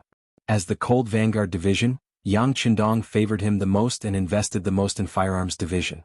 At the beginning of the year, all of them were promoted from senior colonel to major general. This also represented the promotion of their status and importance in the military. 6th Young Master Ling Daqiang is here to report. Ling Daqiang gave a standard military salute and stood on the spot with his chest puffed out. Very good. Yang Qindong, who was born in the military, looked at Ling Daqiang with satisfaction, then waved his hand and the two of them came to the sand table. Yang Qindong pointed at the Changdo slope in front of the Iron Gate and said, "See here, a total of 150,000 Aries Dynasty troops, 100,000 cavalry and 50,000 infantry. How about it, do you have the confidence to give them a good fight?" Division Commander Ling Daqiang only had a little more than 8,000 people. It was impossible for Ling Daqiang to not be afraid of dealing with an army of 150,000 people. But since it was Yang Qindong's request, Ling Daqiang didn't hesitate and said, "6th Young Master, please give the order, I promise to complete the mission." Very good. What Yang Qindong wanted was this undiscounted attitude. Of course, he also knew that it was impossible to make all the enemies stay, so he just said to give the enemy a good fight. As for how to do it, he already had a plan in mind. Division Commander Ling let the troops prepare. In 2 days, the individual rocket launchers and 20,000 grenades will be sent by the logistics department. After that, the armed forces will be ready to launch an attack in 3 days. Any questions? This was where Yang Qindong's confidence came from. After years of hard work, the rocket launcher lathe was finally successfully developed and started operating before the end of the year. Although it was far from being comparable to the ones in the future, one lathe could already produce 200 shells a day. With a total of 2 lathes, it was equivalent to producing 400 shells a day. This time, they had transported 5,000 shells at once, which was enough to deal with the current situation. As for the wooden grenades, they didn't require much technology. As long as the ratio of gunpowder was right, it was easy to install. This time, 20,000 pills were shipped over as well. They would continue to appear in an endless stream to ensure that the 5-star army would be able to provide powerful firepower support. This was the experience that Yang Qindong summarized from the Battle of Bo Tiangang. Facing a small group of cavalry, the use of firearms was very limited. It wasn't impossible to use them, but it was too wasteful and not worth it. But facing the enemy's army, there wasn't much of a problem. Yang Qindong had already decided that in the future, whenever he encountered a large number of enemies, he would use firearms. This way, not only would he be able to seize territory faster, he would also be able to reduce his casualties. Compared to the cost of weapon materials, he would be able to save a lot of money on compensation for the soldiers. So why not? Originally, Ling Daqiang didn't have much confidence, but the order was given by Yang Qindong, so even if he couldn't do it, he still had to do it. Now that he heard that there were rocket launchers and grenades as support, he was naturally full of confidence. When he faced Yang Qindong again, his voice was a bit louder as he replied, "I promise to complete the mission."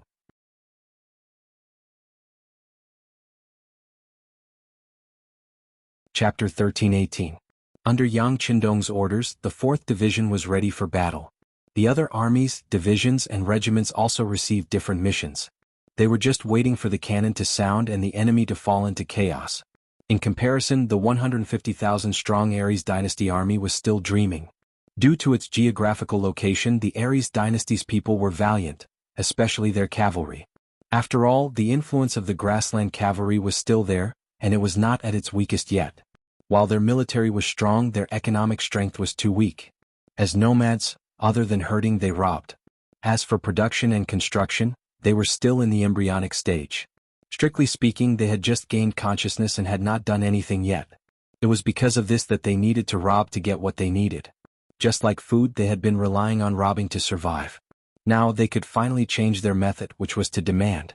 Since they had sent troops to help Ili Bali and Yirkiang previously, they had also included the Turpan kingdom. The benefits were a must.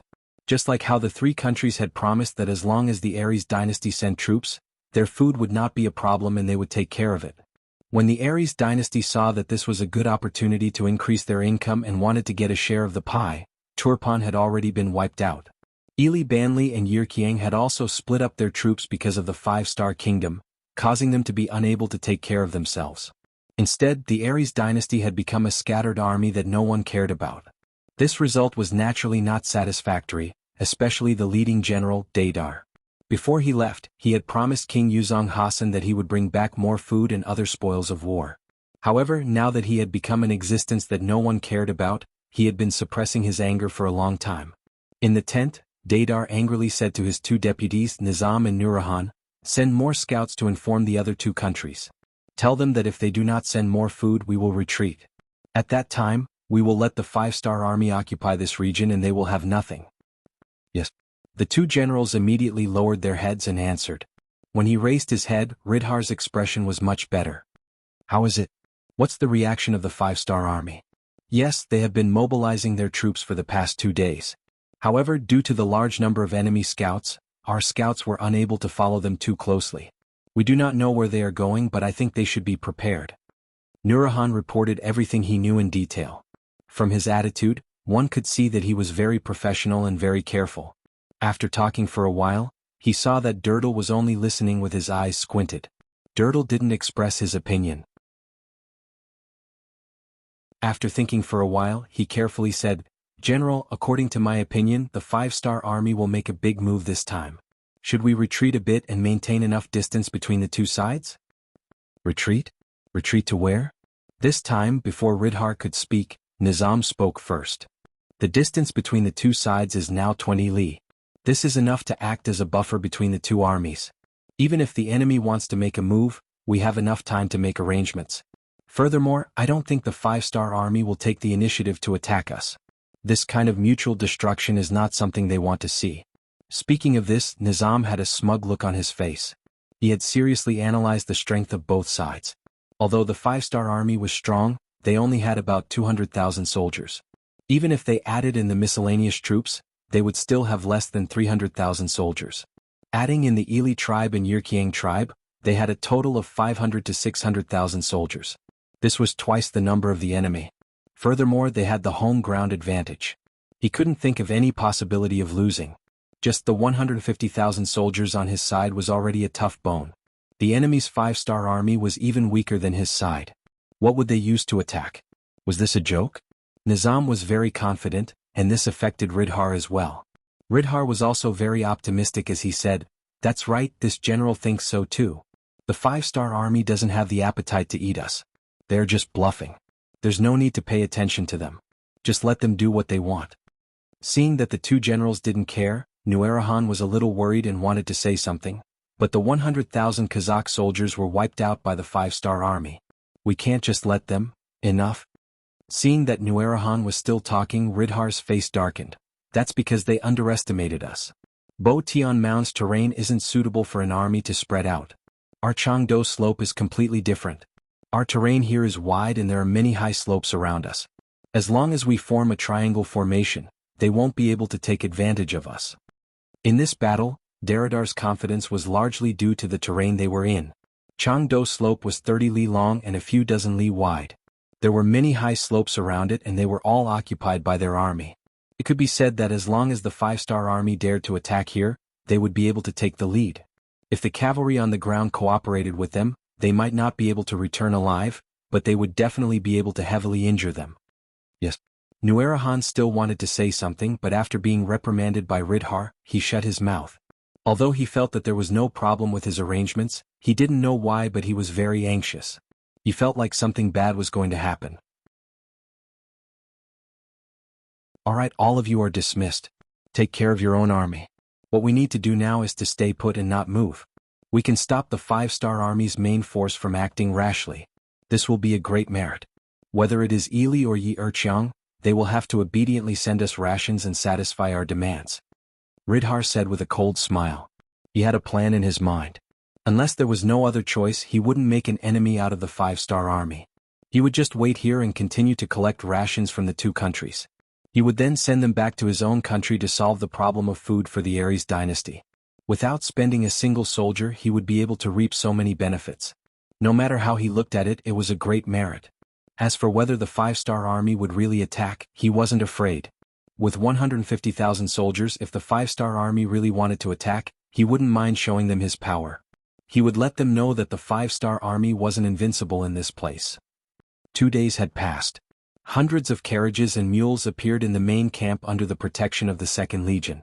In order to ensure the safety of these cannons and grenades, the 2nd Legion's commander Nyo Duo personally escorted them, along with the 305th and 306th regiments. With such a formation, even if they met with a surprise attack, they would still have the ability to retaliate. After the goods were handed over, the cannons and grenades as well as 50 individual rocket launchers were sent to the 4th Regiment's commander. Nyo Duo then went to the main camp and reported to Yang Qindong. The report was true, but so was the attack mission. As soon as Nyo Duo entered the camp, he sensed the aura of a great battle. Bai Shuangjing, who was also a commander of the alien army, led the first army of the alien race to cause a ruckus, as if Sun Wukong had entered Princess Iron Fan's stomach. Nyo Duo's 2nd army could only be responsible for the protection of logistics. The huge difference made him feel very unfair. Bai Shuang was Yang Qindong's student. This was something that Nyo Duo could not compare to. Therefore he usually endured it and did not say anything. But this time, since he had caught up, he would not sit at the side and be a spectator no matter what. He also wanted to attack. He wanted to obtain military merits for the 2nd Legion. In the main tent, Nyo Duo, who still had the rank of senior colonel, walked in after asking for instructions. Yang Qindong was sitting on a chair, drinking tea and reading the new issue of the Yang Report in the first city. He looked very leisurely.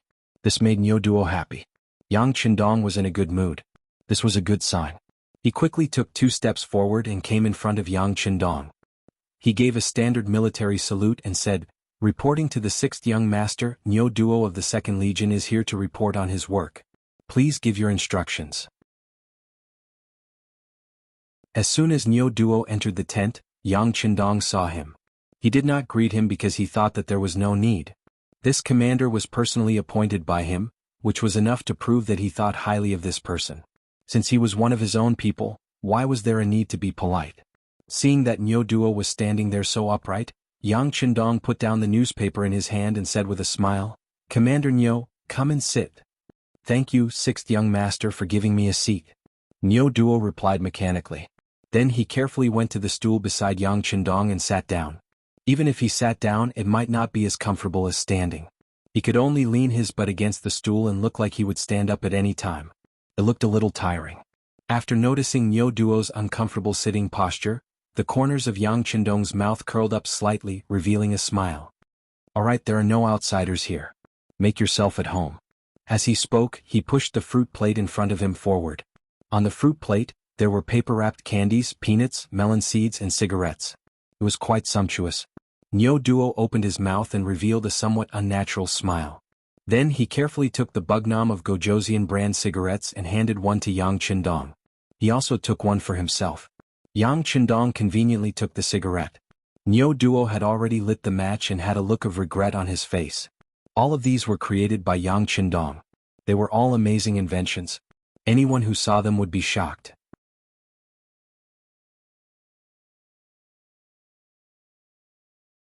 Chapter 13-19. With the help of Nyo Duo's lit match, Yang Qindong lit his cigarette and took a light puff. He said casually, "How was it? Did the journey go smoothly?" Reporting to the sixth young master, it went very smoothly. Knowing the importance of this batch of supplies, our outsider Second Army sent 2 divisions to escort them. No one was blind enough to have any ideas about them. When it came to serious matters, Nyo Duo straightened his body again. "Good, be at ease, be at ease." Yang Qindong nodded. "Did you know that Baiming attacked the logistics team?" "Yes, I heard. They are really bold." Sixth young master, this subordinate requests for battle. Please allow our outsider Second Army to attack Tulu City and teach the Baiming Army a lesson. Nyo Duo's face was full of anger when he spoke about this matter. He only hated the fact that the other party didn't attack him. Otherwise he would definitely teach them a lesson. Not for the time being. Yang Qindong's expression was also somewhat angry. "I have already sent a telegram to Tiger's Mane and told him to negotiate with Baiming. If they don't compensate, then beat them up. Yes, if they don't listen, then beat them until they listen." Nyo Duo also said in agreement. He was also born in the Great Ming Dynasty and was previously a centurion in the Great Ming Dynasty's army. However, when it came to Baiming, he didn't hesitate at all. From this, it could be seen that he was now completely integrated into the 5-star army. In the 5-star army, the respect given to generals and soldiers was definitely not something the Great Ming Dynasty could compare to. In the Great Ming Dynasty, where the emperor and the scholar officials ruled the world together, using literature to suppress military force was the mainstream. Martial artists were also seen as brute men who only knew how to be brave and had no social status at all.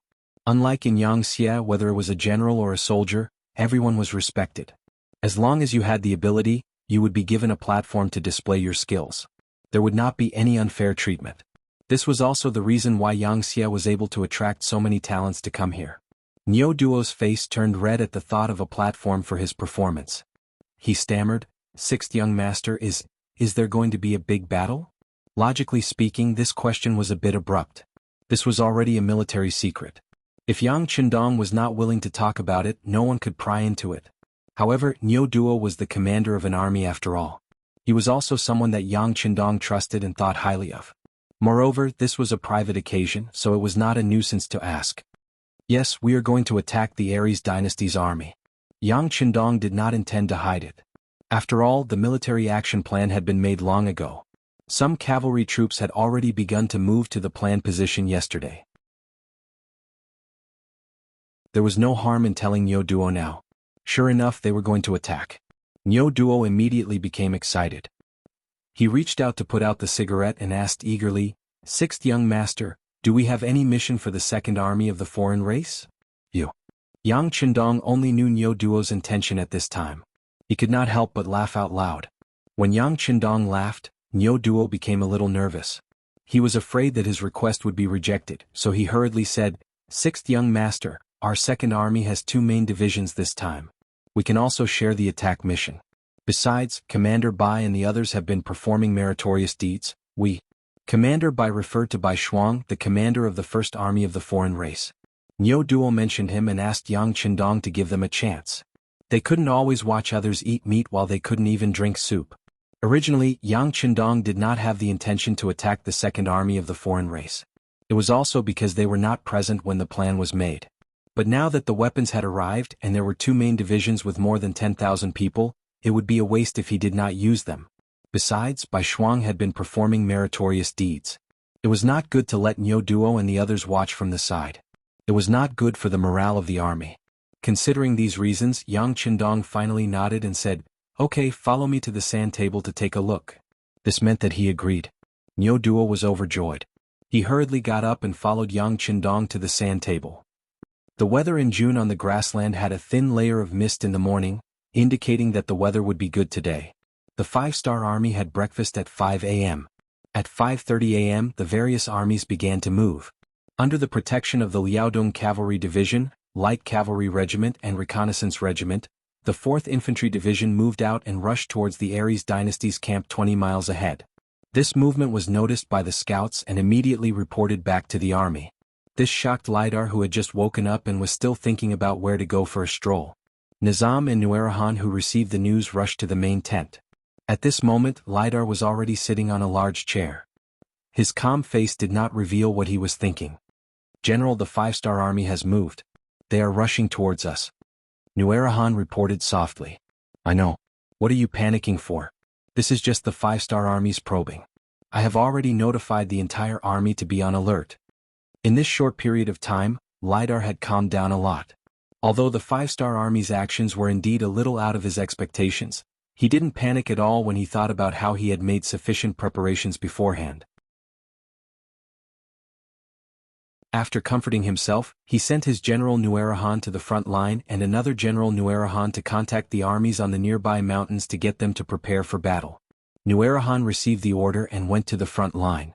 A total of 10,000 infantry and 10,000 cavalry came out in battle armor. The Aries Dynasty's army was not wealthy. The so-called armor was nothing more than a black-gray leather waistcoat, which did not provide much protection. However, the 20,000 people were still in formation, giving off a feeling of elite soldiers.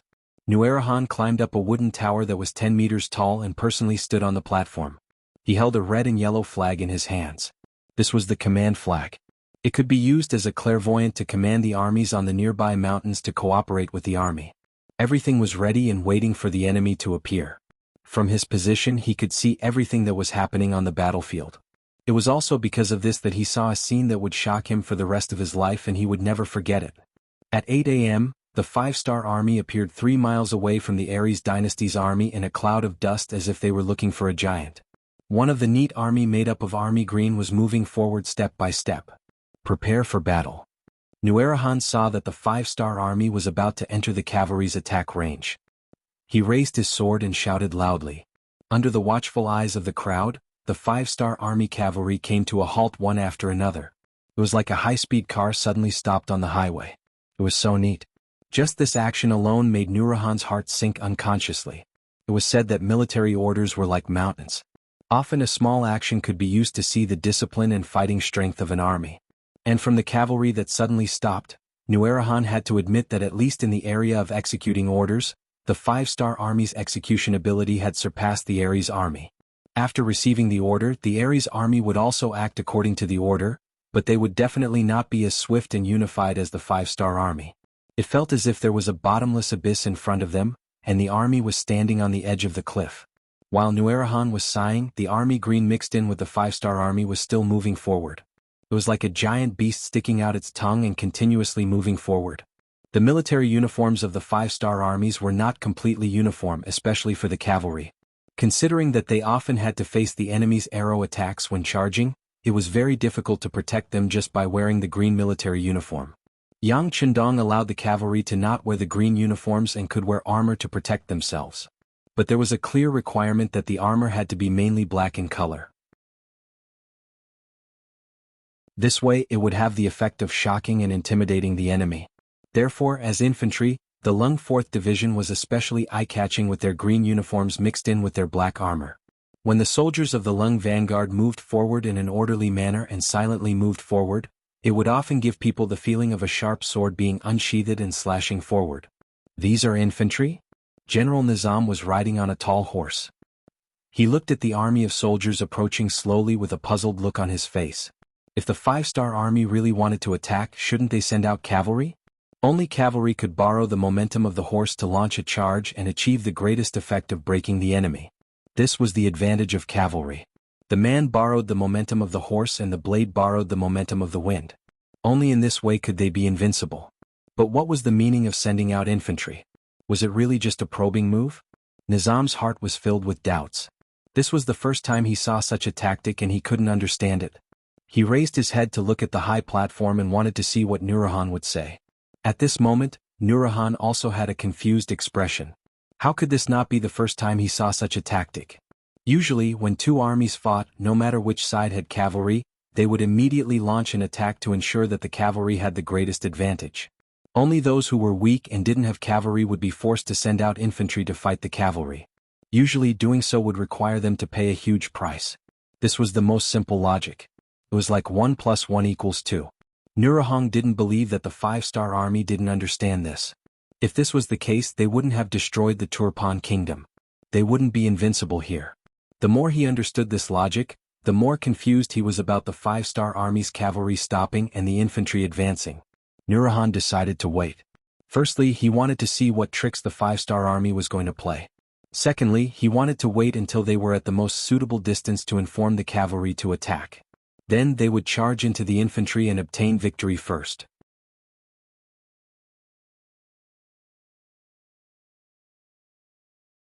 Chapter 13:20.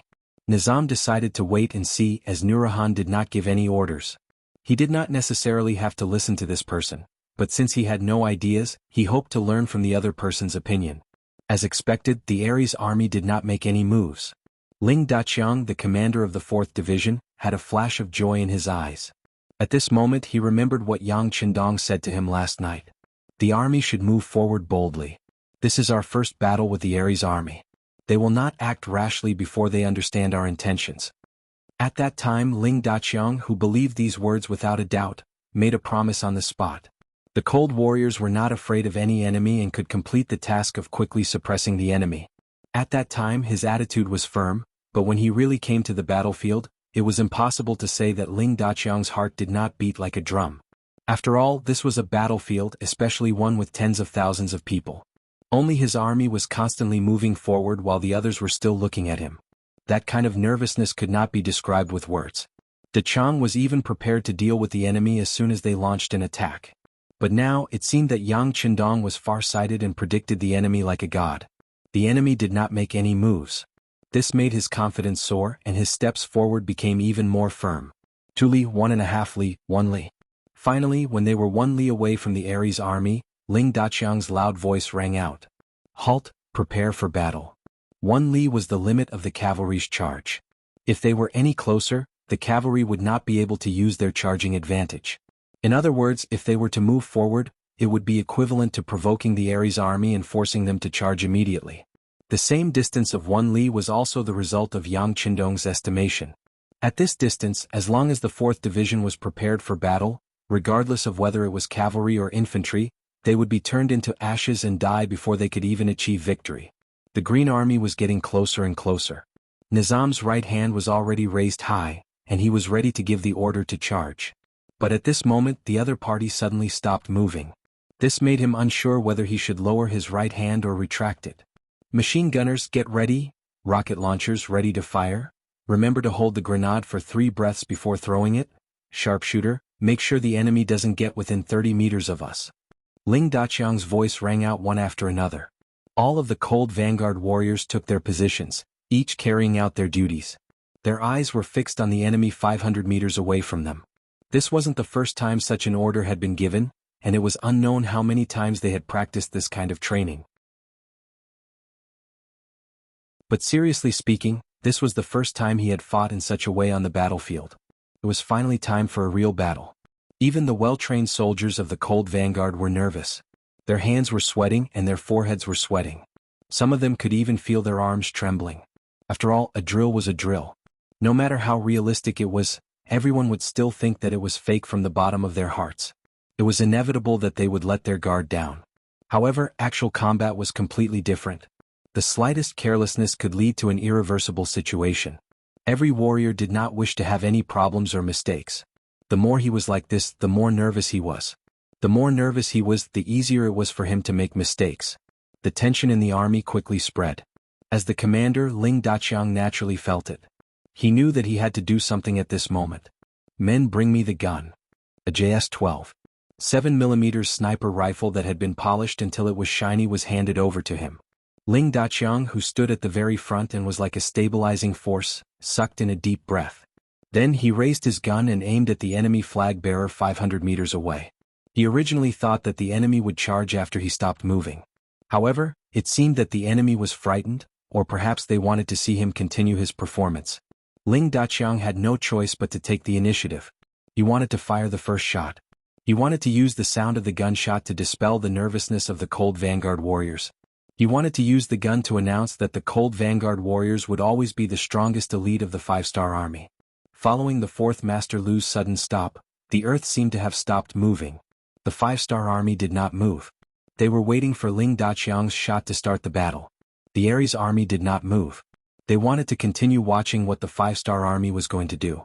At a distance of 1 li, they were confident that a cavalry charge would be able to wipe out the thousands of infantrymen of the 5-star army. The wind also seemed to have stopped at this moment. It seemed to have sensed something, or perhaps it was anticipating something. The only one who moved was Ling Daqiang.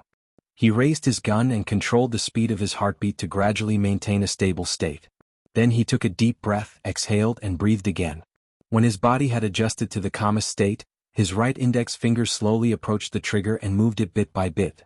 When he touched the trigger lightly and reached the state of being one with the world, the gunshot rang out. Bang! The bullet flew out of the barrel and pierced through the air. It was like an arrow leaving the bow as it shot towards the Ares army's flag bearer. The 12. 7mm sniper rifle, known as the best sniper rifle in Asia in the future, could penetrate 15mm thick alloy steel plates at a distance of 1,000 meters. After a slight tremble, the flag bearer on the opposite side reacted accordingly. The warhorse trembled violently for a moment before its body swayed and fell with a plop. Good. With a single shot, the flag bearer's head exploded from 500 meters away.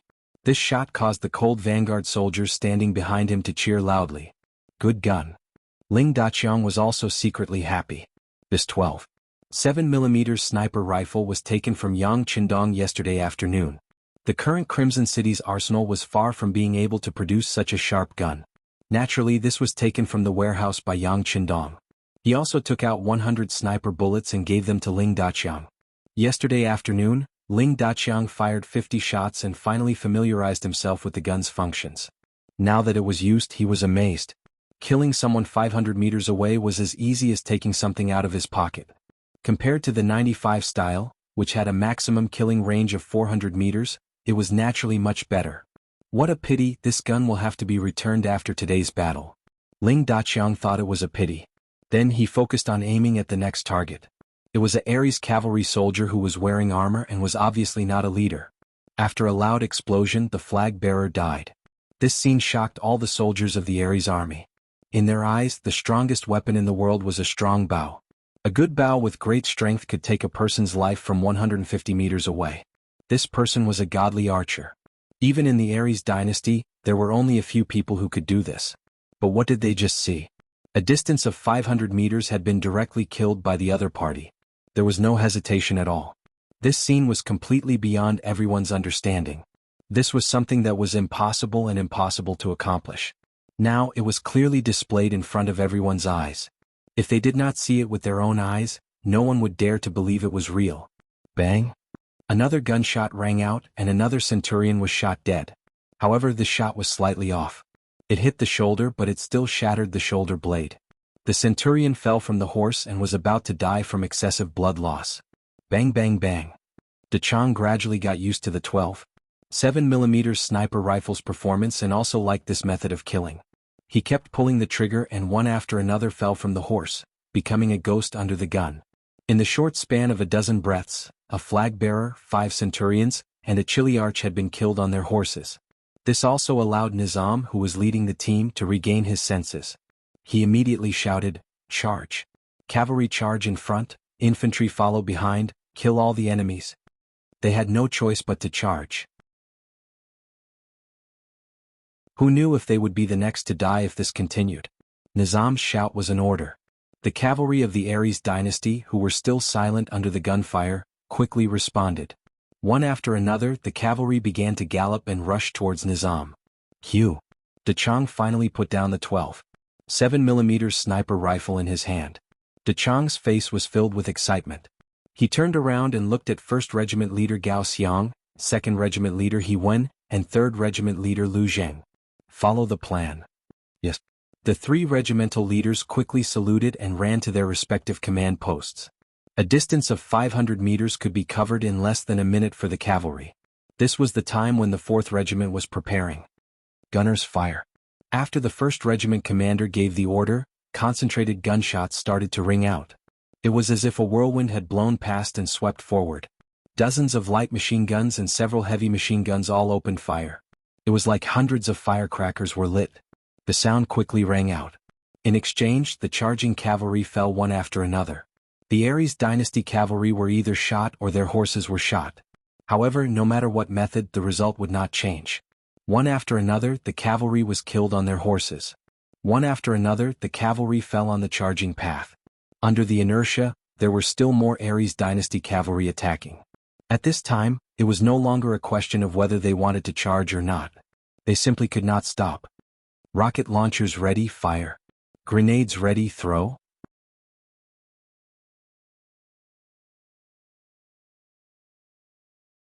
Chapter 13:21.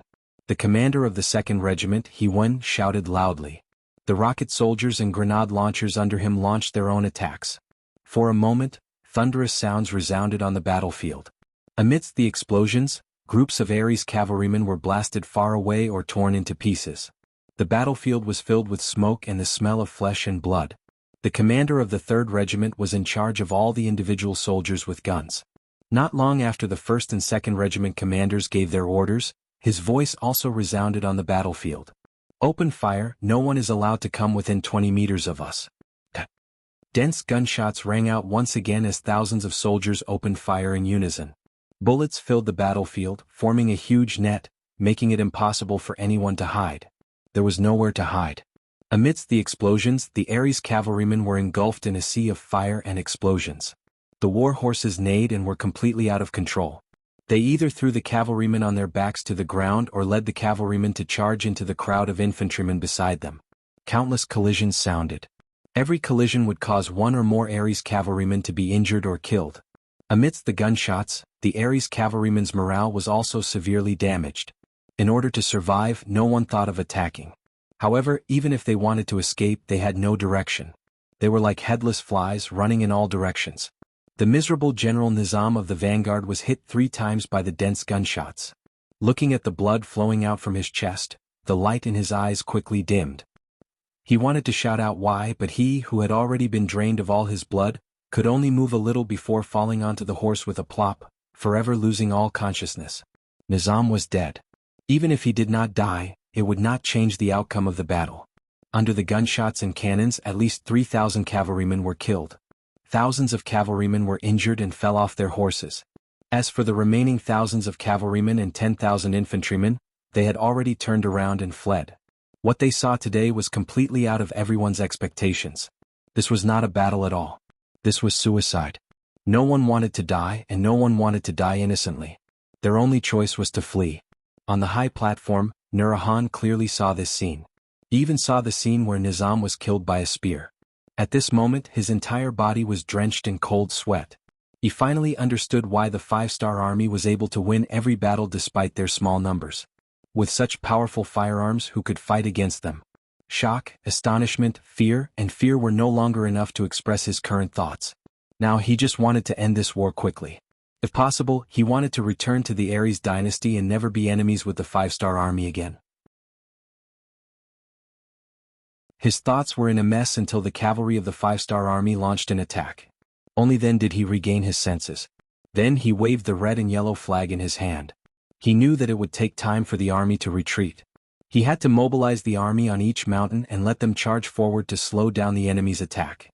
Whether it was a counterattack or a retreat, they had to buy enough time. Within the 5-star army's camp, the cavalry charged forward. With the new army's cavalry as the lead, the cavalry of the 2nd Army's 2 divisions formed the 2nd echelon and launched the cavalry charge. What happened just now was like a nightmare for the Ares army. But to the 5-star army, it was indeed a victory that roused their morale. This was especially so for the Ear army, who didn't know much about firearms. When they saw the might of the 5-star army's firearms, they were filled with pride and excitement. At this moment, the army's morale reached its peak.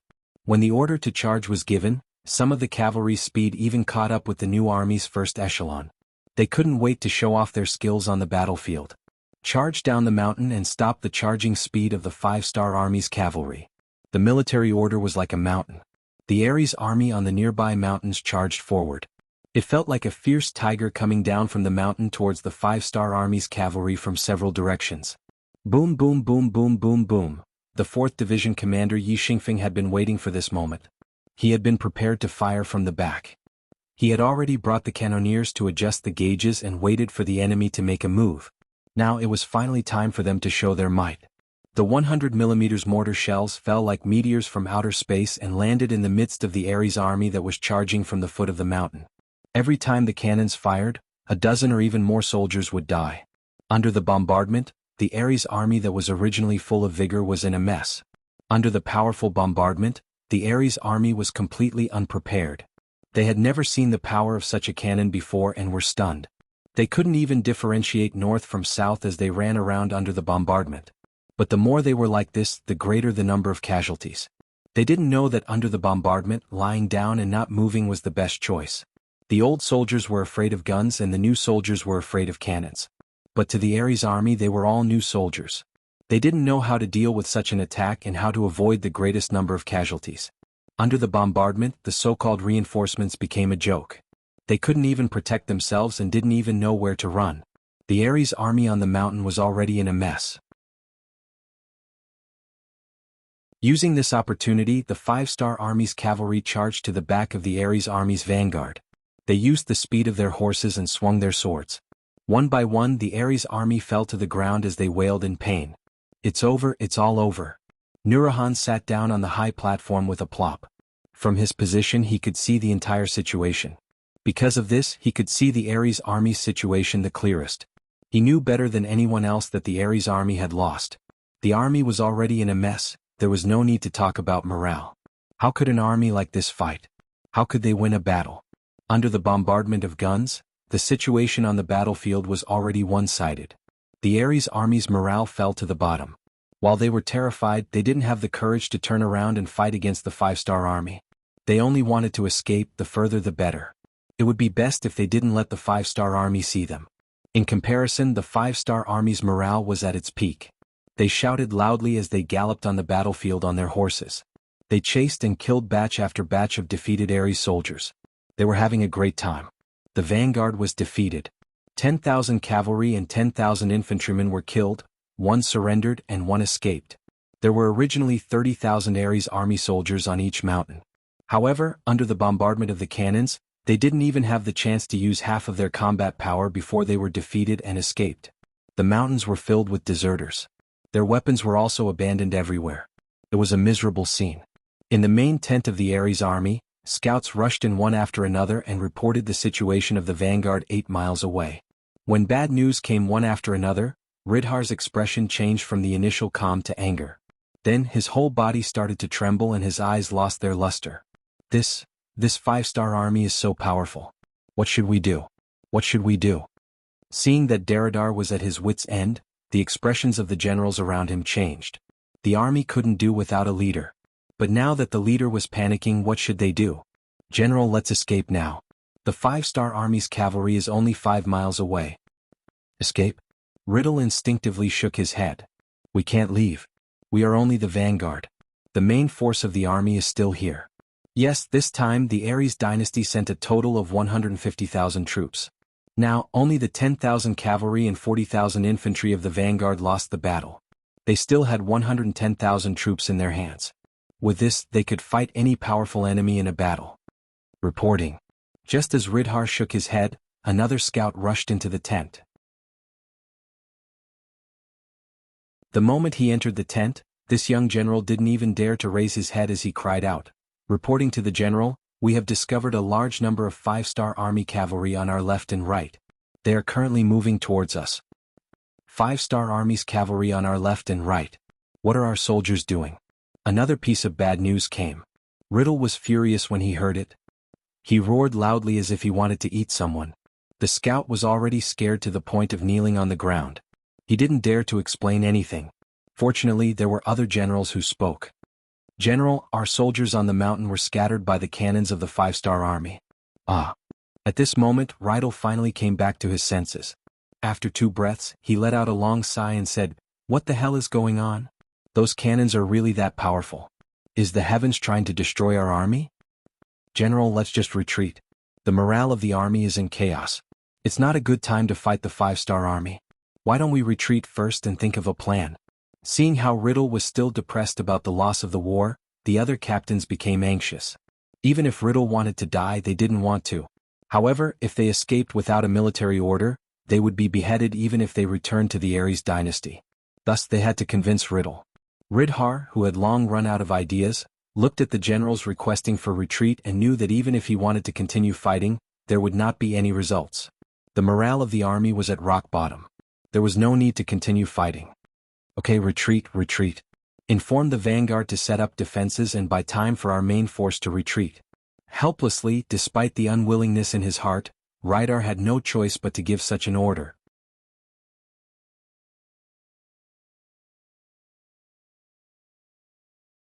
Chapter 1322.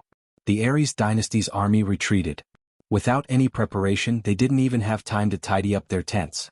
Many of the military supplies were left behind as well. Thus, Ridhar only managed to escape with 50,000 cavalrymen, 150,000 soldiers, 50,000 cavalrymen and 50,000 infantrymen. A small number of them died in the cannon fire and cavalry attacks. Nizam and the other generals died in battle. 70,000 people were captured, including Nurahan and the others. At the same time, they also seized a large amount of food, military equipment and war horses. From the reports of the scouts and light cavalry that pursued the Aries dynasty, Ridhar escaped with 50,000 cavalrymen for hundreds of thousands of miles until they left the Ely region and returned to the Aries dynasty's territory. The victory was decided in one battle. It was carried out in an unstoppable manner without the slightest hesitation. The battle from the beginning to the end took less than 2 days. It ended with the 5-star army's complete victory. In the main tent of the 5-star army, Nurahan knelt on the ground with his hands tied. Opposite him was Yang Qindong, who was sitting there drinking tea and reading the battle report. In this battle, the 5-star army used firearms to open the way. The enemy's army collapsed and their morale was at an all-time low. In the end, they only lost less than 500 cavalrymen to achieve a great victory. As the Aries dynasty's army retreated from the battlefield, it could be imagined that the 5-star army would have no opponents in the future. It was only a matter of time before they conquered this place. The result of the battle report made Yang Qindong in a good mood. When he looked at the kneeling Nurahan, his tone was not very strict. This king asks you, if the 5-star army enters the Aries dynasty, can you resist? Nurahan, whose hands were tied behind his back, was already scared out of his wits. Or rather, he was completely shocked by the 5-star army's firearms. Now that he heard Yang Qindong's question, he shook his head without hesitation. I can't. This result made Yang Qindong even more satisfied. Good, you can be considered a sensible person. Since that's the case, are you willing to go back and persuade your comrades to surrender? You have to know that this is not only an opportunity for you, but also an opportunity for the Aries dynasty. Otherwise, when the 5-star army enters the Aries dynasty, they will win easily. At that time, who knows how many more people will die. This was the reason why Yang Qindong called Nurahan. If they could take over the Aries dynasty without bloodshed, of course, it would be for the best. Even if he couldn't achieve it, letting Nurahan leave would also make him a troublemaker. At that time, even if he could only persuade a small number of people to surrender, it would be a good thing. Nurahan to the Aries dynasty was to survive. Were to the Aries dynasties to the Aries dynasty. When he thought of the power of the 5-star firearms and the fact that he didn't want to see his country's citizens and army being slaughtered, he wanted to do something about it. Now that the opportunity had come, there was no reason not to seize it. He immediately nodded and said, the surrendered general is willing to surrender and is willing to persuade his comrades to surrender to the 5-star army. Such a cooperative Nurahan naturally made Yang Qindong very happy. Good, surrender to the Aries. Come, untie the general and take out 1,000,000 silver for him to use. If he has any requests, help him. Are you satisfied? Not only was his life guaranteed, but he also received 1,000,000 silver. How many things could he do? Nurahan had no reason to refuse. He knelt on the ground again and said with determination, I thank Bugnam of Gojoseon for thinking so highly of me. This time I will do my best and go through fire and water. Good, I hope you can do what you say. If you dare to play any tricks, then when I catch you, I promise I will let you experience what it means to live a life worse than death. After giving the sweet jujube, it was time to swing the big stick. Yang Qindong's voice carried a bit of coldness. I don't dare, Nurahan's body shook. He believed that the five-star army definitely had the ability to do so. He didn't want to die and didn't want to see his country's citizens die innocently. He knew that he had no other choice. Nurahan was let go just like that. Before leaving, other than writing a surrender letter, there were no other measures. Because of this, Beta Persei worriedly reminded him. It was clear that he had doubts about this person's loyalty. Don't worry, everyone knows that he was captured by us. Even if he faked his surrender, when he returns to the Aries dynasty, he won't be heavily used. Anyone with ambition wouldn't do such a stupid thing. Also, you have to have confidence in the five-star army. This time he was already scared. Even his spine was broken. He won't dare to be our enemy. Regarding this point, Yang Qindong was 100 times more confident. Why did so many traitors appear in the future? Wasn't it because the Japanese's weapons and individual combat ability were too strong? On the other hand, the five-star army was much stronger than the Japanese at that time. Anyone who understood would know what to do. On the other hand, if Nurahan's mentality changed, then what was the difference between killing him and not killing him? In the end, it was just a loss of 1,000,000 taels of silver. And if he persuaded more people to surrender, how could 1,000,000 taels of silver compare? He was willing to take this gamble. Yi Li's first army led by Shuang Yarqiang's five-star army led by Shi Wanshan, Turpan was destroyed, and the Aries dynasty and Kazakh's reinforcements were either pushed back or eliminated. The situation in this area became clearer. At this point, the five-star army already had the upper hand. As long as they didn't make any big mistakes, taking down this area was just a matter of time. Since this was the case, Yang Qindong was prepared to let go of everything and leave everything here to his subordinates. This was a type of training for them. At the same time, Yang Qindong also needed to make a trip back to Chichen City. Many lathes in the munitions factory were being put up. He was very worried and had to go back to take a look. This was related to the future development of Yangtze and the long-term benefits of the five-star army. Before deciding to leave, Yang Qindong handed the military command over to the commanders of each army, division, and regiment. In their words, when he wasn't here, the generals could do whatever they wanted. This was the time to test their abilities. In order to increase the fighting power of the army, Yang Qindong even left the 4th Army Division behind. Overall, Yi Li and the Yarqiang tribes still had the geographical and military advantage. If there wasn't such a strong army, some things would probably go wrong. After leaving the 4th Army Division behind, Yang Qindong didn't have any firearms by his side. Fortunately, he had already sent a telegram to the army headquarters. The 5th Army Division had already set off for the first city and should arrive earlier than them. The generals who stayed behind were naturally grateful when they saw that Yang Qindong trusted them so much. This kind of trust made everyone have the mentality of dying for someone who knew them well.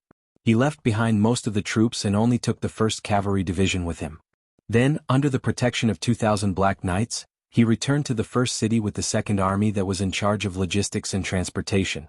This time, when he returned to the first city, Yang Qindong still had one more thing to do, and that was to get 1,000,000 Han people. This was the reward he asked for from Baiming for their sneak attack on him. But now it seemed that things didn't go well. Even so, he didn't mind fighting a battle and letting the other party know that it wasn't that their 5-star army didn't have the ability to defeat them, but that they just didn't want to do so. First city. At the headquarters of the new army, Tiger's Mane, Yang Si, and Yu Mian were sitting in a small conference room for a meeting. Yang Qindong had already made a decision on how to deal with the Baiming army's sneak attack on the supply transport team. As soon as they received the news, they reported this information to Governor Shiheng in Tulu City. However, more than a month had passed since the time of reporting, but there was still no movement from the other party. On the contrary, the 6th young master had already returned and entered the new 2nd Army's Shajing city. It would take him a few days to reach the first city. There must be an explanation for this matter. Otherwise, how could they answer the 6th young master when he asked? As the most trusted people of Yang Qindong, they were also entrusted with the important task of being in charge of the specific matters of the first city. The 3 of them must give an explanation, otherwise they would be incompetent. We still have to send someone to urge them. Give them 2 more days. There must be a result. As the first city's governor, Yu Mian was a scholar. In the past he didn't think highly of generals. However, what he had seen and heard in the past few years made him clearly realize how important it was to have a powerful army. It could bring earth-shattering changes to the lives of the people. His mentality had also changed because of this. 2 days? What if the other party still doesn't reply when the time is up? Yang Si didn't seem to be satisfied with this answer. However, considering that Yu Qian and his son were talents that even the young master respected, he didn't speak so aggressively. Yu Mian, who was suddenly stumped, didn't know how to answer for a moment. Tiger's mane, who was watching the show from the side, felt that it was about time. He said as if he was helping Yu Mian out, "If they don't answer, beat them." How dare they ignore the sixth young master's words? How can we not teach them a lesson? This was the true intention of Tiger's mane and Yang Si. To put it bluntly, they advocated using force to solve everything. However, Yu Mian had always disagreed. He always wanted to solve the problem through negotiation, so they waited and waited. Now that Yang Qindong was coming, they couldn't delay any longer. Therefore, the two of them called Yu Mian to put pressure on him. After all, the first city was sending troops. If the governor didn't cooperate, there would be some trouble. Beat them? This answer was clearly out of Yu Mian's expectations. Although he didn't reject generals, he still didn't like fighting and killing. It would be best if he could solve the problem through negotiation. Well, should we talk to Shiheng again? If it doesn't work, we can reduce the number of people we want.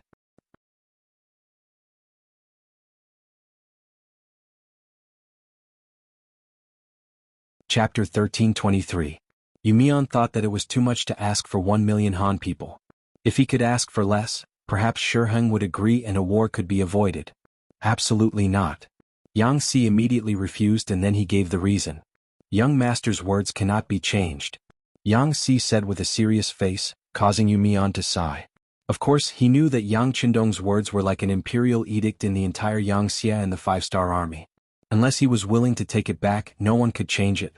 However, when he thought about the war that was about to begin, especially with the Han people who knew how many of his brothers would die, his expression became unsightly. Noticing the change in Yu Mian's expression, Tiger's mane sighed in his heart. A scholar was a scholar after all. He was still too soft-hearted. However, some problems that could not be solved politically could not be solved without a war.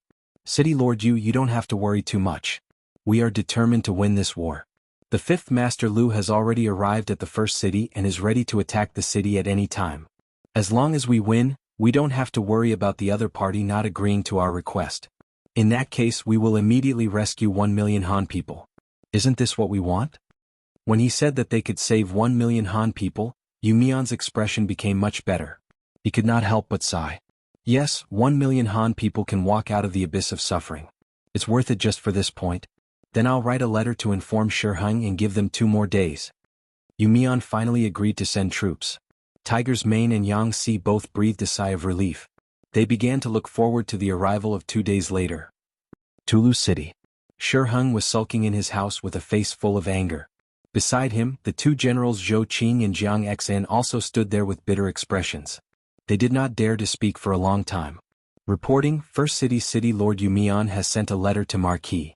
A bodyguard jogged into the courtyard and placed a letter sealed with wax on the stone table in front of Shiheng. Then he carefully retreated. He could tell that his master was in a bad mood. At this moment he didn't dare to stay any longer. The letter was placed on the stone table. After about 5 minutes, Shiheng snorted coldly and looked at his most trusted aide, Zhou Qing, and said, "Open it and read it." Zhou Qing did not dare to hesitate and immediately reached out to take the letter. Then the contents were transmitted to the 3 of them. By the time he finished reading the letter, Shiheng's expression had turned even uglier. He was so angry that his lips were trembling.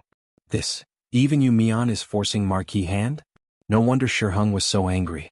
When Yu Mian sent a letter to explain that the previous sneak attack had angered Bugnam of Gojoseon, his life had not been easy. First, Yu Mian made a request. If he wanted to solve this matter, Baiming had to send over 1 million Han people to settle the matter. When he received this letter, Shiheng naturally did not dare to make the decision himself. So he sent someone to send it to Baiming's capital. In the capital, Su Yozhen had already received the news and wanted to cooperate with Shiheng to persuade Zhu Qiu. However, this descendant of the Zhu family still had a backbone. Under the bottom line of not ceding land, not compensating, and not marrying into the country, the acting emperor did not listen to the advice of the ministers. Instead, he decided to fight. On this matter, a portion of the military officials agreed, but more importantly, the group of eunuchs also supported him. Gao Rang, the director of the East Depot, directly requested to send his nephew Gao Yu as the army supervisor to fight against the 5-star army. In this matter, Gao Rang had won the first prize, which was exactly what Zhu Qiu wanted. Even steward Jin Ying, who had wanted to dissuade the emperor from agreeing to the five-star army's request, had no choice but to change his mind and support this battle to resolve the problem. Jin Ying appeared to be a lofty official at Zhu Qiu's side, and he could make many decisions. But in the end, his authority had been bestowed upon him by the emperor. If he did not have the emperor's support, then he was even lower than a dog. His position dictated that he had to follow the emperor's lead in all matters. With the support of the eunuch group, Zhu Qiu issued an imperial edict, mobilizing 200,000 infantrymen from the capital and appointing Gao Yu as the army supervisor. A few outstanding youths from the great clans were appointed as generals. They were to head to Tulu City and fight against the five-star army to demonstrate Baiming's military strength. As if dissatisfied with Shi Heng's previous performance, Zhu Qiu clearly stated in the imperial edict that the battle against the five-star army would be led by the great general of the Liaodong cavalry Fang Dingshan, with the army supervisor Gao Yu as his support. This was tantamount to weakening Shi Heng's authority in the army. As a result, his position as commander-in-chief had become empty and transparent. This was what had truly angered Shi Heng. Now Yu Mian had sent a letter urging him, and he had only given him 2 days. If he didn't agree, then he would fight. How could he not be vexed? But no matter how angry he was, he still had the position of commander-in-chief. There were still things that needed to be done. He looked at Zhou Qing, who had put down the letter. Jiang Xen, who was still standing to the side, asked, "Speak. Do the two of you have any good suggestions?" It didn't matter if they had an idea or not. Since their master had asked them to reply, they had to force their way in. Jiang Xen cupped his fists and said, "Marquis, we must take His Majesty's letter seriously. We have no chance of winning against the five-star army." Jiang Xen's answer clearly displeased Shi Heng. He first gave the other party a look that said, "You're an idiot." Of course Marquis knows. But with the emperor's imperial edict, I'm afraid that Gao Yu and Fang Dingshan are plotting something. What can I do? Ever since Gao Yu had brought 200,000 soldiers to Tulu City a few days ago, he would often close the door and discuss matters with Fang Dingshan.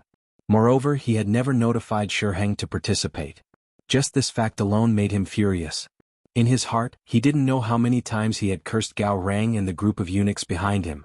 Of course, Fang Dingshan wasn't any better. He was also viewed by Shi Heng as a traitor. Jiang Xen was reprimanded, but there was no anger on his face. He was just giving a simple reply. "You told me to say it, so you can't blame me if I say it wrong. You say it." Unsatisfied with Jiang Xen's reply, Shi Heng's gaze fell on Zhou Qing. Compared to Jiang Xen, Zhou Qing was smarter and had more ideas. This was the main reason why Shi Heng placed him in an important position. At this time he calmly cupped his fists and said, "Marquis, you don't have to be angry. We just need to send the letter out. As for how we do it, what does it have to do with us?" "What does it have to do with us? What do you mean?" For a moment Shi Heng didn't understand. His face was filled with confusion. Zhou Qing laughed confidently and said, "Marquis, isn't the emperor going to fight with the five-star army? But he doesn't know the strength of the opponent.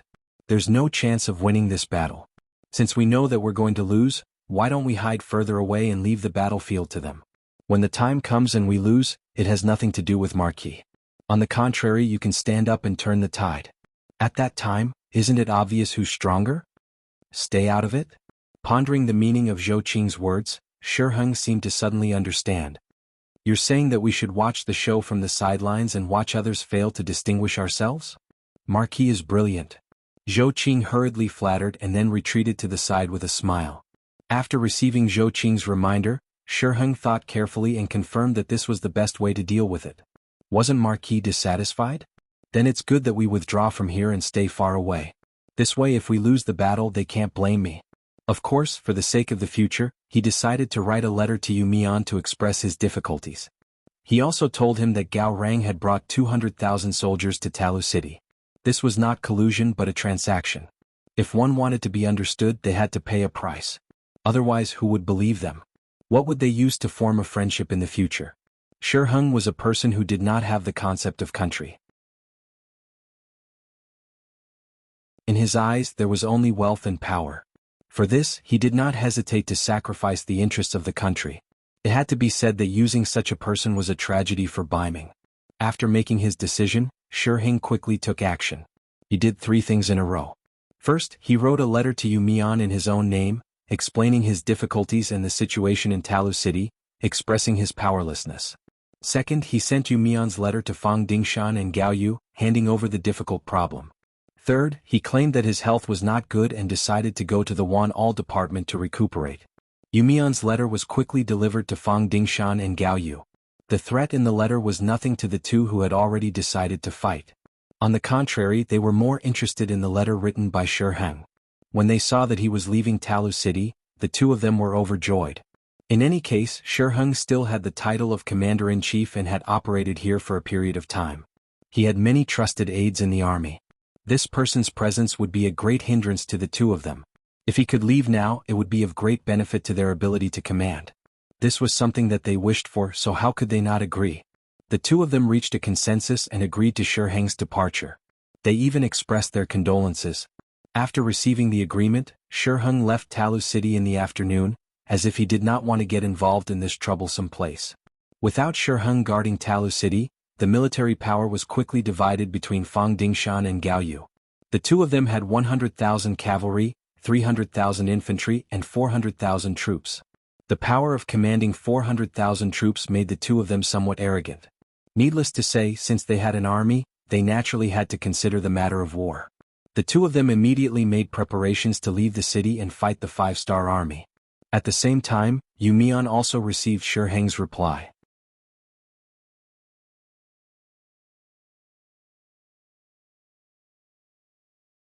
Chapter 1324.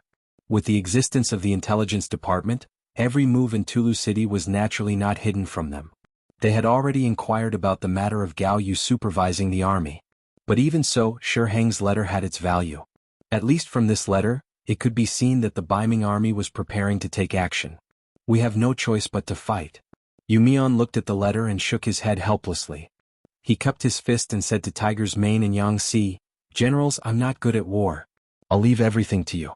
Just tell me what you want to do and how you need my cooperation. Now, I'll mobilize the people in the city to be ready to support the front line at any time." Before the army and horses moved, the provisions moved first. Without enough money and food, it was impossible to win a big war or a victory. Yu Mian turned around and went to make preparations. Tiger's Mane and Yang Si, who were left behind, were both happy. They were warlike people from the bottom of their hearts. Now that they had a chance to show off, of course they would not be polite. After a simple discussion, they raised the tent and made preparations before the war. Both sides were ready for the war. Whether it was the beginning city or Tulu City, they were shrouded in a tense atmosphere before the war. Yang Qindong, who was more than 100 miles away, was moving from Shajing City to the beginning city under the protection of the Black Cavalry. In Shajing City, Yang Qindong once again met with the commander of the new Second Army. Naturally, he was comforted. In the end, Yang Qindong also promised that if there was a need, he would prioritize the participation of the new Second Army in the upcoming war. This greatly moved Shibi, and he expressed that he would train his troops well and be ready to be summoned at any time. After Yang Qindong escaped from Shajing City and was heading to the beginning city, he received a telegram from Tiger's Mane. After learning that Baiming was not going to give in and still wanted to fight, he sneered and said, "I really didn't expect that there would be a result so soon after I promised to do something else." Originally, Yang Qindong was prepared to find trouble with the Baiming army after reaching the beginning city. Now it seemed that they were more anxious than he was. Even so, he was not in a hurry to leave. He might as well watch from the side and wait for the right opportunity to give them a taste of their own medicine. It would definitely be very painful and very pleasurable. Men set up camp. First, send the cavalry scouts to seal off this area. Do not allow anyone to spy on the appearance of our army here. Also, inform the sergeant commander to come and see me. Also, send a report to Tiger's Mane. Tulu City. Shi Heng listened to his subordinate's suggestion and left the city. The courtyard he lived in was quickly occupied by Gao Yu, the military supervisor.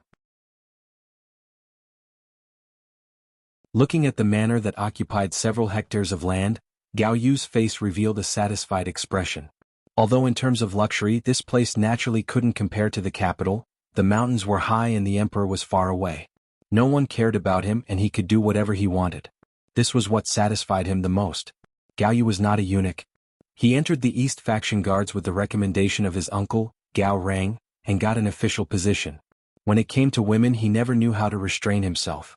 After he took over this garden, Li Keguang and Ho Xiangjie sent over dozens of beauties to offer to him.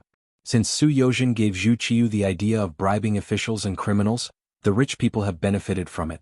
Some rich people have even gained a lot of benefits because of this. Li Keguang and Ho Xiangjie are the representatives among them. They were originally the sons of rich families. They belonged to the kind of people who were idle and didn't want to be high or low. Originally, they wanted to be the second generation of a rich family, but they didn't want the imperial court to allow them to buy officials. They didn't take money seriously, so they spent a lot of money and each got a 5th-rank military officer position. They were respectively awarded the position of Wu Jie General and Wu De General. From an idle son of a rich family to a 5th-rank general in the imperial court, this huge contrast made the two of them wild with joy. At the same time, it also made them even more ambitious for revenge. They hoped to climb to a higher position and bring glory to their family from then on. They had come to Tulu City with the army to make military contributions. If they really made military contributions and were willing to use money, wouldn't their future be limitless? The two came to the army with great ambitions. Their first goal was to curry favor with Gao Yu. Unlike the two of them, Gao Yu had an uncle who was the director of the East Faction Guards. In the Great Ming Dynasty, there was no need to doubt the status of eunuchs. As close officials of the emperor, they could often decide someone's life and death and future with a single word. Moreover, Gao Yu was the supervisor of the army, so they naturally had to curry favor with him. It was no exaggeration to say that as long as they made Gao Yu happy, even if they didn't make any contributions, they would be praised to the skies when they returned to the capital. On the contrary, if they offended this person, even if they made a great contribution, they wouldn't be able to enjoy it. In the manner, Li Keguang and Ho Xiangjie did everything they could to please Gao Yu. The Gao Yu they spoke of was really hard to find on the ground, and there were few ordinary heroes in the world. Even Gao Yu, who was used to flattery, couldn't help but feel a little smug. Army supervisor, no one can match your brilliance. Even Marquis Wuxia has to give way. Li Keguang, who had a monkey-like face, said with his spittle flying all over the sky. Ho Xiangjie, who didn't want to be left behind, immediately said, "Of course, how powerful is our supervisor? How can that old man Shiheng compare with him? Just wait and see. As long as the supervisor takes action, the problem of the origin city will naturally be solved. What bullshit Bugnam of Gojoseon and the 5-star army will be beaten to a pulp." The flattery of the two made Gao Yu very satisfied, but at the same time, he was also a little embarrassed. He looked down on Shiheng. He had the power to command the army, but he never had any construction skills. It was really a performance of incompetence. But when it came to the 5-star army, especially Bugnam of Gojoseon, Gao Yu had to pay attention to it. In the past, he had dealt with this person in the capital. Later, he participated in many incidents against Yang Xie, so he knew some secrets. Yang Qindong was not to be trifled with. This was not only his opinion, nor was it only his uncle who said so. Even the emperor and the ministers thought so. Before going to war, his uncle had said more than once that if he really faced Yang Qindong, he had to think twice before acting. Gao Yu also thought that his uncle's words were very correct. Fortunately, he had already sent someone to inquire about it. Bugnam of Gojoseon and Yang Qindong were on the way to the origin city. He should not have come here so quickly. This gave him a lot of confidence. In his eyes, only Yang Qindong was worth paying attention to. As for the others, they did not even pass the imperial examination of the Great Ming Dynasty. They probably did not know much about the 4 books and 5 classics and did not know many words. Of course, he would not put such an opponent in his eyes. Speaking of which, Gao Yu still underestimated Yang Qindong. He only got the news that Bugnam of Gojoseon was coming to the origin city. In his opinion, such a noble person would naturally walk very slowly, just like those nobles in the imperial court. If he walked faster, he would probably be tired.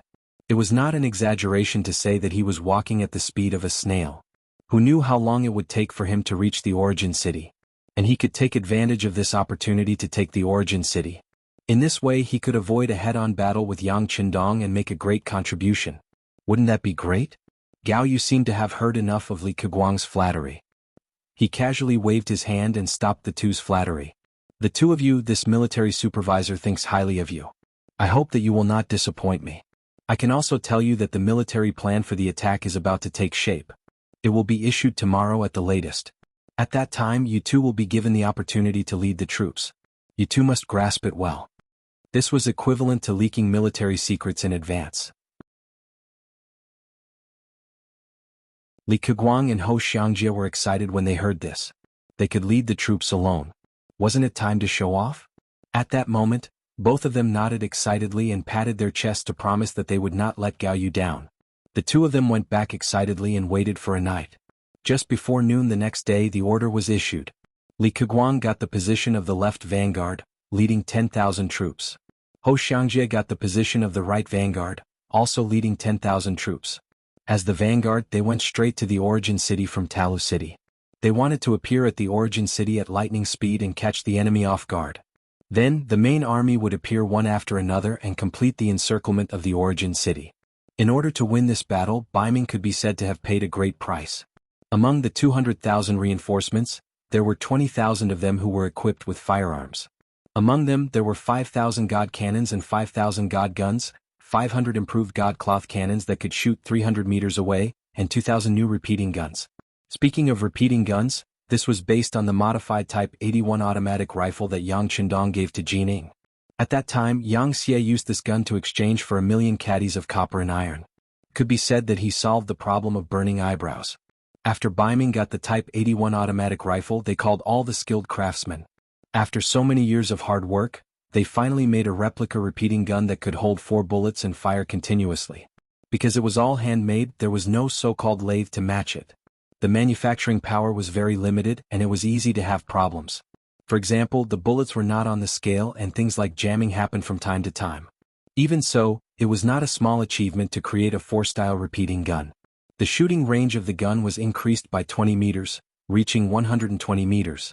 It was regarded as a treasure by Baiming Firearms Camp.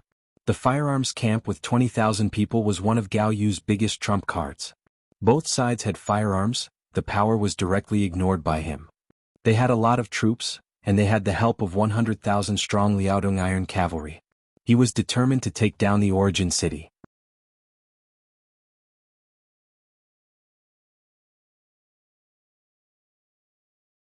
Chapter 1325. Gao Yu had once investigated the information and knew that the beginning city had once been surrounded by the Baiming army. They had only failed because the siege was not successful. But this time he had the red coat cannon and flintlock. As long as the siege was successful, he was confident that he could take down the city. That was the beginning city, which was regarded as the headquarters of the 5-star army on the grassland. There were countless good things inside.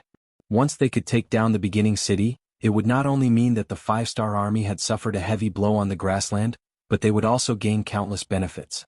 Gao Yu's face was full of excitement.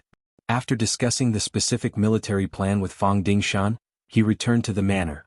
Unlike usual, he did not sleep with any woman that night. Instead, he went to bed early to prepare for the army's departure tomorrow. The beginning city.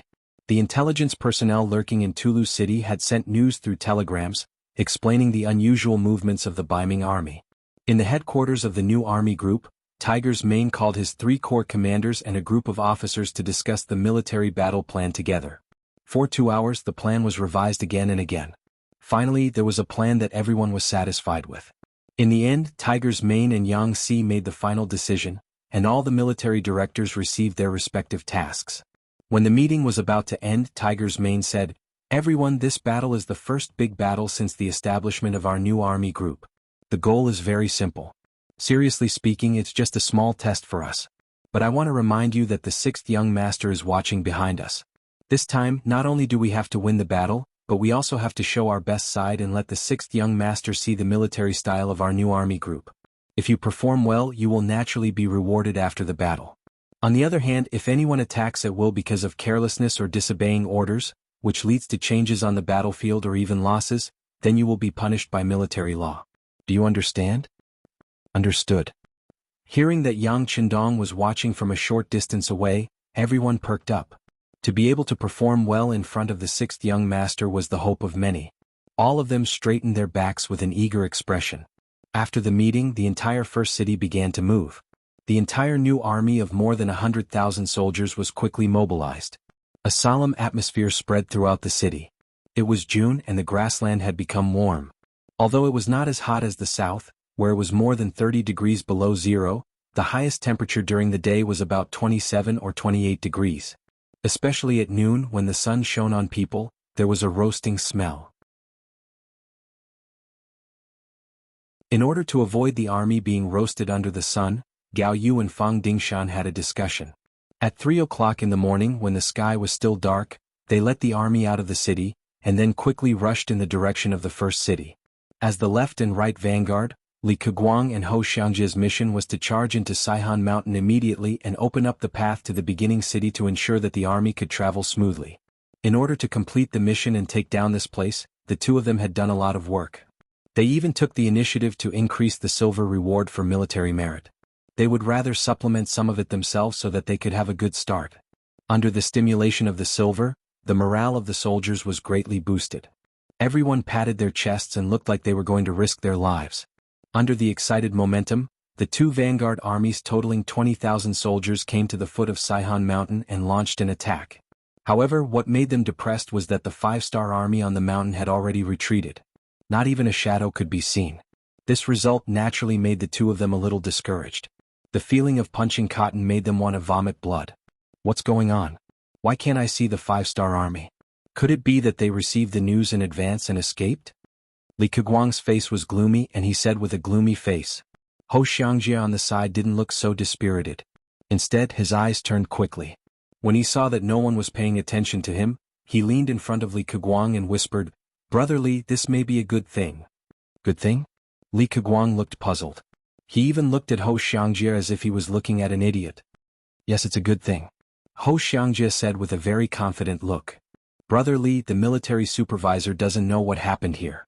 Isn't it up to us to say what happened? Li Keguang, who somewhat understood Hou Xiangjia's meaning, suddenly trembled. Then he looked at him in disbelief and said, "It can't be, are you saying that we have to fake military merit?" In the Great Ming Dynasty, it was not uncommon to fake military merit. This was especially true in the later stages of the war with slave Jian. Because the imperial court had strict requirements that the reward for beheading the enemy was a certain amount, the Great Ming soldiers who couldn't defeat slave Jian on the battlefield would indiscriminately slaughter ordinary people in order to obtain the reward and then turn in their heads to the imperial court. For this reason, it was unknown how many people of the Great Ming Dynasty died because of it. In contrast, Hou Xiangjia's idea wasn't unreliable. At least they had already captured Saihan Mountain, seized this territory and completed the military order. Under Hou Xiangjia's guidance, Li Keguang quickly agreed. After all, this was something that was beneficial to the two of them. Afterward, the two of them sent out scouts to report back, saying that they had fought a huge battle with the 5 Astral Army on Mount Saihan. They had defeated their opponents and successfully occupied Mount Saihan, an important military location. They had also killed many 5 Astral Army soldiers. When the battle report was sent back to Gao Yu, he was naturally overjoyed. He also sent this news to General Fang Dingshan. "General Fang, look, we have won a great victory." Not bad. Looking at this battle report, a satisfied expression flashed across Fang Dingshan's face. In fact, he wasn't optimistic about the 200,000 troops brought by Gao Yu. This army was composed of new recruits. An army that had never seen blood and didn't have war horses would not be at an advantage when fighting on the grassland. However, they had a good start in the first battle. This was a good thing for the morale of the army, so he was naturally happy. There was even a faint hope in his heart. Perhaps cooperating with Gao Yu this time would be far more fruitful than cooperating with Shi Heng. After the news of the victory of the Baiming army in the first battle spread, the morale of the army improved a lot. Even the speed of their journey increased a little. As the vanguard, Li Keguang and Hou Xiangjia were praised by Gao Yu and received new orders. They were to continue to move forward and strive to reach the beginning city as soon as possible to catch the 5-star army off guard. If they could take the opportunity to enter the city, it would definitely be the first merit. When they saw the two words, first merit, the two of them were naturally excited. The victory on Saihan Mountain made them underestimate the enemy. After all, they didn't really fight with the 5-star army. In order not to let the people have panic thoughts and emotions, the Baiming imperial court didn't publicize the power of the 5-star army. Ignorant people didn't care. The two of them led 20,000 infantrymen down Saihan Mountain and quickly went to the beginning city. In order to achieve the first merit, they didn't even leave any troops at the foot of the mountain. This alone showed their incompetence and inexperience. The two generals left Saihan Mountain excitedly and went straight to the beginning city. In order to snatch the first merit, they didn't stop to rest. They rushed day and night and arrived in front of the beginning city on the third day. The sudden appearance of 20,000 Baiming army outside the city seemed to be greatly beyond the expectations of the five-star army. The city gate quickly closed and showed a panicked look. Aha, the five-star army was really unprepared. The scene in front of him made Li Keguang very excited. However, when he turned around to look at the infantryman behind him, there was a hint of disappointment in his eyes. It's a pity that the army is very tired after rushing for days. Otherwise we could have won the battle. Yes, the beginning city wall is very tall. It's not something that can be defeated by tired soldiers. I think we should wait for a while, Ho Xiangjie said with a look of pity. Facing the beginning city wall that had been reinforced more than once, it was very difficult to take it down. Moreover, the Baiming army had rushed for days and their combat power was less than 30% of their usual strength. If they attacked the city now, it was no different from courting death. The two generals felt that it was a pity that they couldn't attack the city immediately. However, they didn't know that if they attacked the city now they would only die. The beginning city wasn't something that could be easily attacked. Moreover, the five-star army in the city was already prepared. If they attacked now they would be courting death. Li Keguang and Ho Xiangjie, who were unaware of the situation, thought that they had seized a great merit and had blocked the five-star army within the city gates. Thus, they hurriedly sent someone to send a message to the rear troops, exaggerating their merits. In order to make it seem more realistic, they even added a lot of merits. For example, they had fought a great battle with the five-star army outside the city and had won, sending them back into the city. The battle report was sent by the cavalry to Gao Yu, who was not far from Talu City. It made him exclaim happily, "Ha, the two of you are really famous generals. Well done. Come, inform General Fang of this news. At the same time, order the army to speed up and rush to the beginning city as soon as possible to join General Li and General Ho." Gao Yu, who had underestimated the five-star army and overestimated the strength of his army, was excited. It seemed that the great merit was in front of him. At this moment he looked down on Shiheng even more. Even he, who had never led an army, could besiege the beginning city in a short time. He didn't know why Wu Qinghe would be afraid of the five-star army. Now it seemed that it was not an exaggeration to call him a stupid general. Fang Dingshan, who was leading 100,000 cavalry, also received the news quickly. He was not surprised by it. After all, the beginning city had been besieged before. Now it was just a repeat of the past. It was nothing. He just hoped that this trip would not be as fruitless as last time. Under the beginning city, Li Keguang and Ho Xiangjie, who had rested for an afternoon and night, walked out of their respective big tents with radiant faces. Then they ordered the troops to attack the city. The 20,000 Baiming army, who didn't encounter any opponents, also had high morale. After an order, they launched the first attack on the south gate of the beginning city in front of them.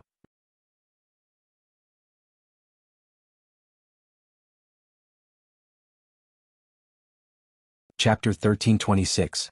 The Baiming army took turns to attack. Every time, 1,000 Baiming army soldiers would launch a probing attack. The two generals were even prepared to be heavily injured. However, when they really attacked the city, they realized that the five-star army was only putting up a hasty resistance. It wasn't too intense. It gave people the feeling that if the city wasn't high enough, they might have already broken through. Ha ha ha. After a morning of fighting, Li Keguang believed that he had seen the strength of the five-star army. He laughed loudly and said to Ho Xiangjie, "Brother Ho, did you see that? The five-star army is only SOSO. We can increase our attack in the afternoon." That's right. Ho Xiangjie also had the same view. Then he changed the strategy of attacking the city. This time, the number of soldiers attacking the city increased from 1,000 to 2,000. On the tower outside the city, Yang Si was looking at the Baiming army leisurely. He didn't look nervous at all.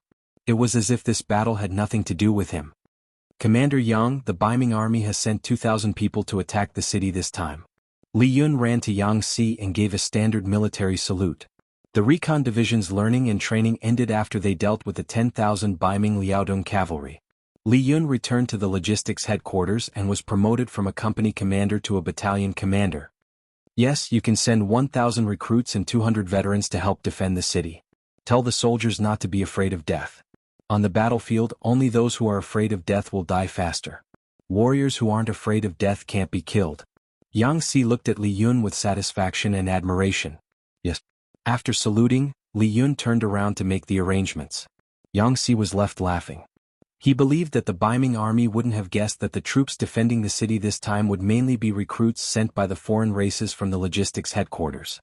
This was the result of his discussion with Tiger's Mane and Yu Mian. They reported it to Yang Qindong and got his approval. In the eyes of the five-star army, the Baiming army was as weak and docile as a lamb. This was a group of vile people who spoke of benevolence, righteousness and morality every day, but actually did despicable and shameless things behind their backs. Every day they opened their mouths and talked about the words of Confucius and the words of the saints. But in reality they were just people who recognized a few more words and knew how to write some useless poems. If it wasn't for the great Ming dynasty's generous treatment, these scholars wouldn't have anyone to serve them. They wouldn't even know how to cook or plow the fields. They would just be pure parasites. In the later period of the Great Ming, it was about using benevolence to rule the world and using benevolence to convince people. Many virtuous paragons believed that they could rely on their silver tongue to wander the world in an invincible position and play with their enemies in the palm of their hands. Such arrogant people were already outdated in this world. If it weren't for the five-star army's protection, they would have been slapped in the face a long time ago. That's right, the Baiming imperial court was currently under the protection of the five-star army. Looking at its geographical location, other than the southern Ming dynasty in the south, the surrounding areas were all occupied by the five-star army. It wouldn't be an exaggeration to say that Baiming was a lonely place. In other words, as long as the five-star army didn't make a move against them, Baiming would be safe and auspicious. For an army like this to think that they were the best in the world and look down on the five-star army, it had to be said that it was truly laughable. To deal with an army like this, the five-star army didn't need to send out any elites. They didn't even need to send out a regular army. As long as they sent out the new recruits from the logistics headquarters who had never been on the battlefield, it would be enough to deal with everything. They could pretend that they weren't a match for the enemy and achieve the goal of mobilizing the enemy's army. They could also train the soldiers on the battlefield. This was something that Yang Si naturally had to do. This was why Li Keguang and Hou Xiangjie didn't feel that the five-star army was powerful. This was also something that the five-star army did on purpose. They were using the strategy of luring the snake out of its hole. Since the Baiming army took the initiative to provoke them, they had to be ruthless. This was to prevent them from coming out to cause trouble while the five-star army was fighting. Since they were going to be ruthless, they had to defeat as many of the Baiming army as possible. However, if they were too ruthless, it was inevitable that the Baiming army would be afraid of the enemy and retreat to defend Talu City. Yang Qindong didn't want to be unable to annihilate a large number of the enemy's forces in the battle. Therefore they had to retreat step by step and show weakness step by step in order to lure more Baiming army out of Talu City and surround them in one fell swoop. In order to achieve this goal, after Yang Si and the others discussed and reported to Yang Qindong, they were even prepared to give up the outer city. Now it seemed that the plan was going smoothly. The ignorant Baiming army was indeed fooled. The siege continued and both sides suffered losses. There were more than one crisis at the south gate of the outer city, but they were all defeated because the Baiming army's forces were too few. This made Li Keguang and Hou Xiangjie regret for a while. They could only hope that the main army would appear and then take advantage of their superior forces to occupy the beginning city and obtain great merits. 3 days later, the main force of the Baiming army finally arrived. Gao Yu appeared on top of the beginning city's gate with a total of 150,000 troops, accompanied by 20,000 firearms barracks. As for the 100,000 Liaodong cavalry led by Fang Dingshan, they didn't go with them. Instead, they wandered around in the vicinity. This showed Fang Dingshan's wisdom. He didn't think highly of Gao Yu as the army supervisor, so he didn't go with him. The advantage of this was that once the situation changed, they could evacuate immediately and their strength wouldn't be damaged. Without Butcher Zhang, we won't be eating hairy pigs. Although Gao Yu was a little unhappy about Fang Dingshan's unwillingness to cooperate, wasn't this an opportunity? If he could take down the beginning city without this person's help, wouldn't the great merit fall on him? Based on the fact that his uncle was Gao Rang, the director of the East Factory, Gao Yu didn't think that anyone would have the guts to steal his credit. Therefore, as soon as he arrived at the beginning city, he called Li Keguang and Hou Xiangjie and gave them a big reward for their good performance. Then he asked about the situation of the war and saw the Baiming army besieging the city and the five-star army in a stalemate. Haha, good, you two did a good job and made a great contribution. I, the army supervisor, will put in a good word for you in front of the emperor. Next, I will give each of you 20,000 infantry. I hope you can continue to work hard and make new contributions. Gao Yu laughed happily. The two people who were praised were also very excited. They immediately said that as long as they had enough troops, they could take down the beginning city and asked Gao Yu to wait for the good news. Li Keguang and Hou Xiangjie, who were praised and entrusted with important tasks, launched a more fierce attack the next morning. For a time the beginning city was filled with shouts and shouts. There would be blood splashing on the South City Tower every moment. It was very tragic. It was unknown whether it was because they were too excited or too agitated, but Li Keguang and Hou Xiangjie didn't notice that the number of casualties among the infantry they sent out wasn't many. On the contrary, the number of injured soldiers was very considerable. Of course, they would not think that this was originally the Five-Star Army's mercy. Once this army was surrounded, these Baiming army soldiers might become prisoners. They were Han Chinese, so it was better not to kill them. Another 2 days of iron and blood besieging the city. The Baiming army had to retreat because 3,000 soldiers were killed and 15,000 were injured. This also made Li Keguang and Hou Xiangjie depressed. In their view, the besieging army was about to succeed several times, but with the Five-Star Army's counterattacks, they had to retreat. The feeling of failure when they were about to win made them very uncomfortable. In 2 days of besieging the city, they lost nearly 20,000 soldiers. This result made Gao Yu somewhat dissatisfied. He called Li Keguang and Hou Xiangjie again and asked them how confident they were in taking down the city. They were not as confident as they were 2 days ago. This time the two of them were hesitant. Gao Yu knew that this was a sign of their lack of confidence, but he did not blame them. After all, it was not easy for them to achieve such a result on their first time leading an army. In my opinion, we can't continue to lose soldiers like this. Tomorrow we will use the firearms camp. After the cannons attack, the two of you will lead the army to attack. You should be able to achieve great results. How about it? Hearing that they were going to use the firearms camp, Li Keguang and Hou Xiangjie were very excited. They immediately patted their chests and promised that they would be able to take down the city tomorrow. Gao Yu was naturally satisfied with the confidence of the two. He immediately gave the two of them 20,000 soldiers each as encouragement. Then he called over the firearms camp's general, Wei Ku, and ordered him to immediately set up the formation and coordinate with the infantry to attack the city tomorrow. Wei Ku was Yang Guang's subordinate. Yang Guang was also the highest officer in the Baiming firearms camp that Yang Qindong had arranged. Of course, Wei Ku didn't know about this. He only remembered that General Yang Guang had told him not to weaken the firepower camp's prestige. He wanted him to put up a good show to show the military's might. Wei Ku, who listened to Yang Guang's words, held a torch and set up the cannons at night, making a lot of noise. On the top of the city wall, the scouts who were responsible for watching the Baiming army's every move naturally saw it clearly. They quickly reported it to the logistics command commander, Yang Si. "Oh, are we going to use the cannons?" Pass down the order. Except for a small number of troops hiding in the safety of the city wall, all the main forces of the army will withdraw from the outer city to the inner city wall overnight. Yang Si, who was already prepared for this, passed down the order. Compared to the Baiming army's firearms camp, the Five-Star Army did not have any torches. Under the moonlight, they quietly withdrew from the outer city wall. The Baiming army, who was completely unaware of all this, prepared to bombard the outer city gate early in the morning the next day. Tens of thousands of Baiming army infantrymen were also waiting under the command of Li Keguang and Hou Xiangjie. Seeing that the morale of the army was so high, Gao Yu was full of confidence in his carriage. Following his loud shout, they began to attack. Wei Ke led the firearms battalion to take the lead and launched an attack. Hundreds of cannons fired in unison. The momentum of the cannons bombarded the southern gate.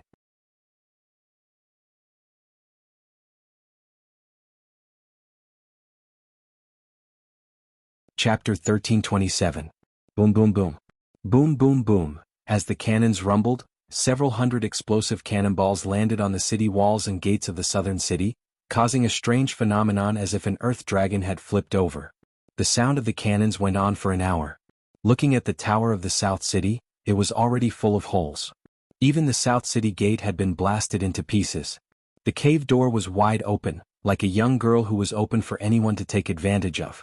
Haha, charge. Seeing that the city gate had been broken, Li Keguang and Hou Xiangjie led the tens of thousands of soldiers excitedly, shouting as they charged forward.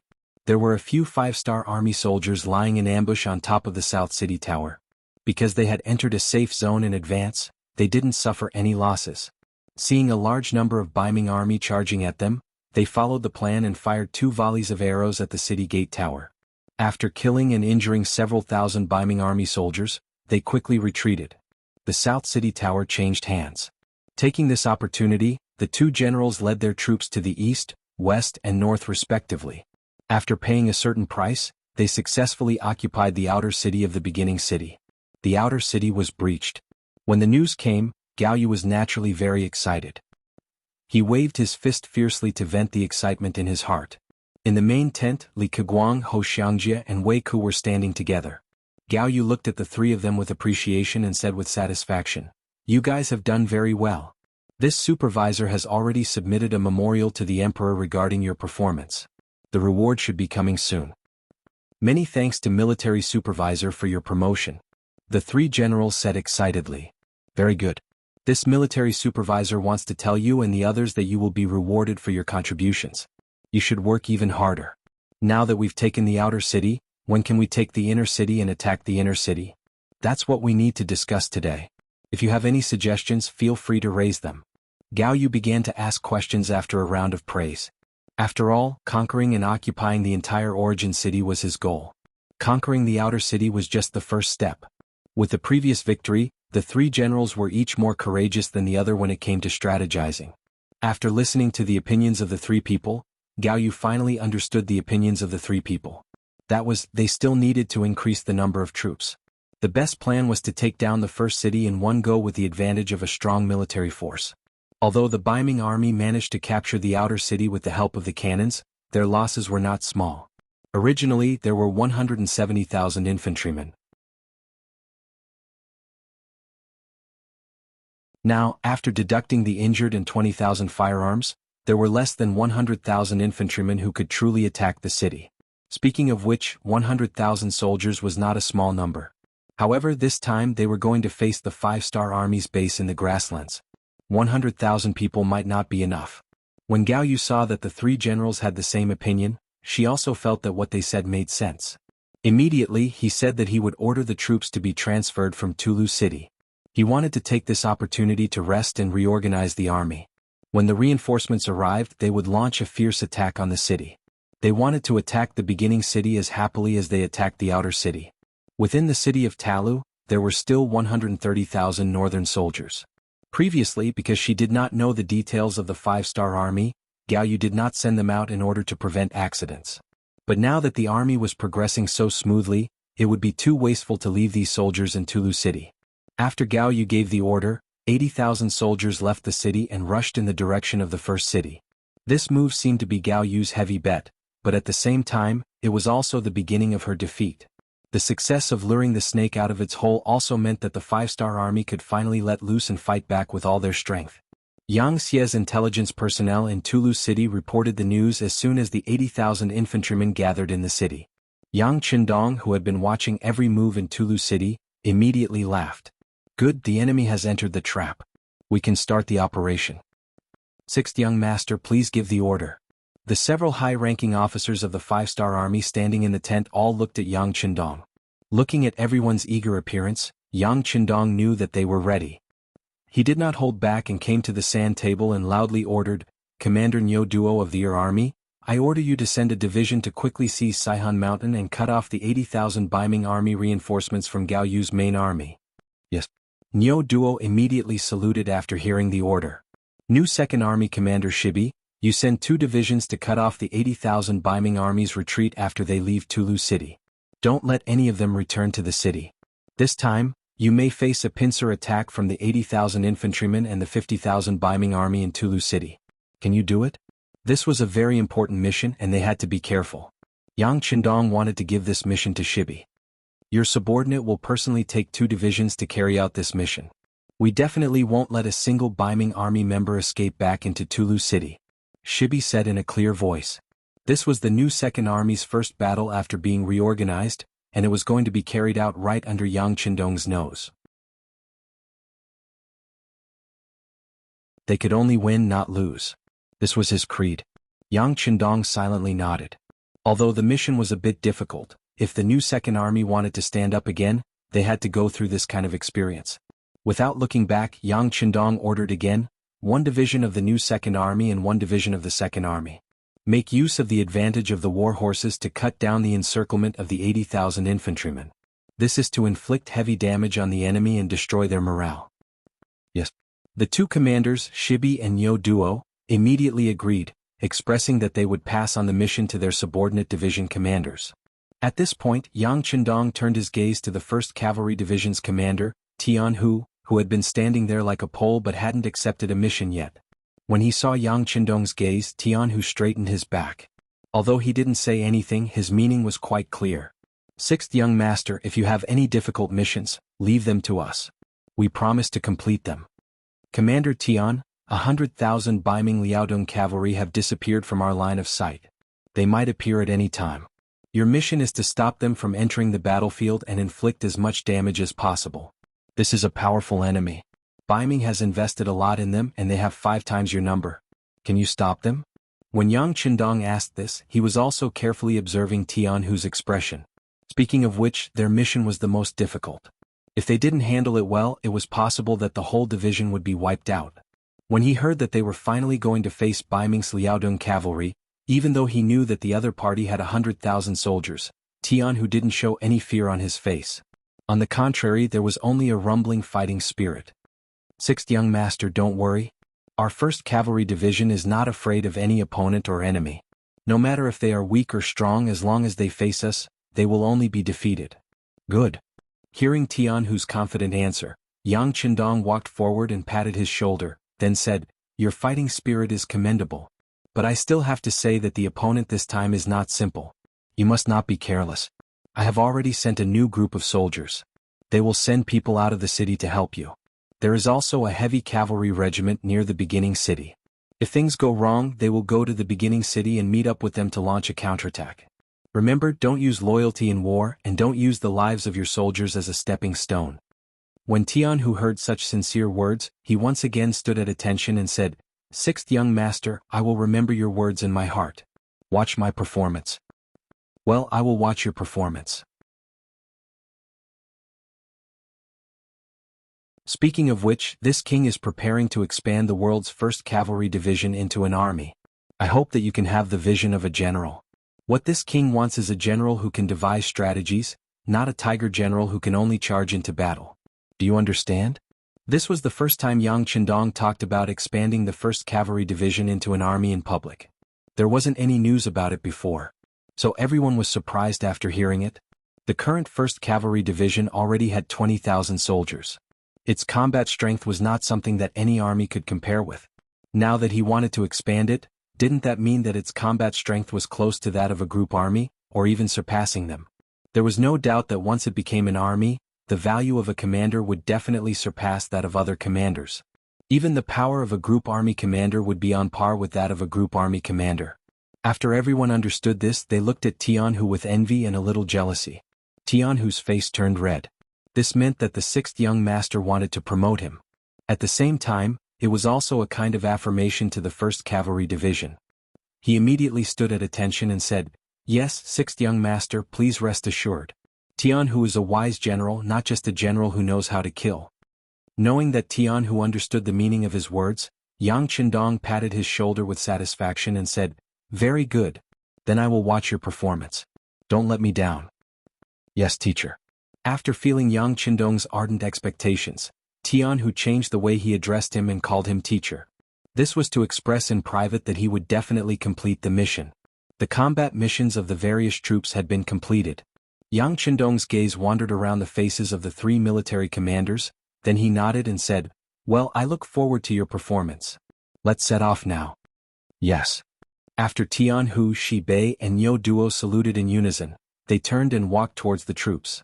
After watching the 3 of them leave, Beta Persei, who was standing at the side, came over and asked in a low voice, young master, what are we going to do? Our 2,000 black cavalry has been itching for a fight. In this battle, the Baiming army sent 80,000 infantrymen out of the city, and there were 50,000 defending infantrymen in Tulu city who could come out at any time.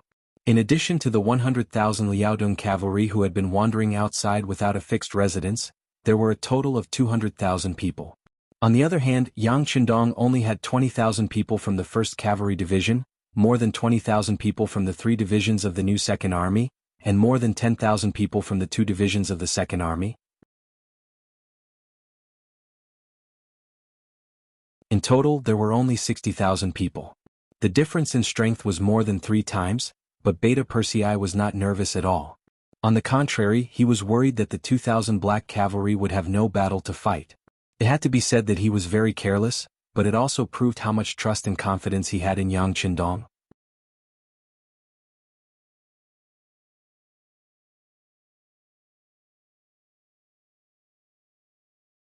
Chapter 1328.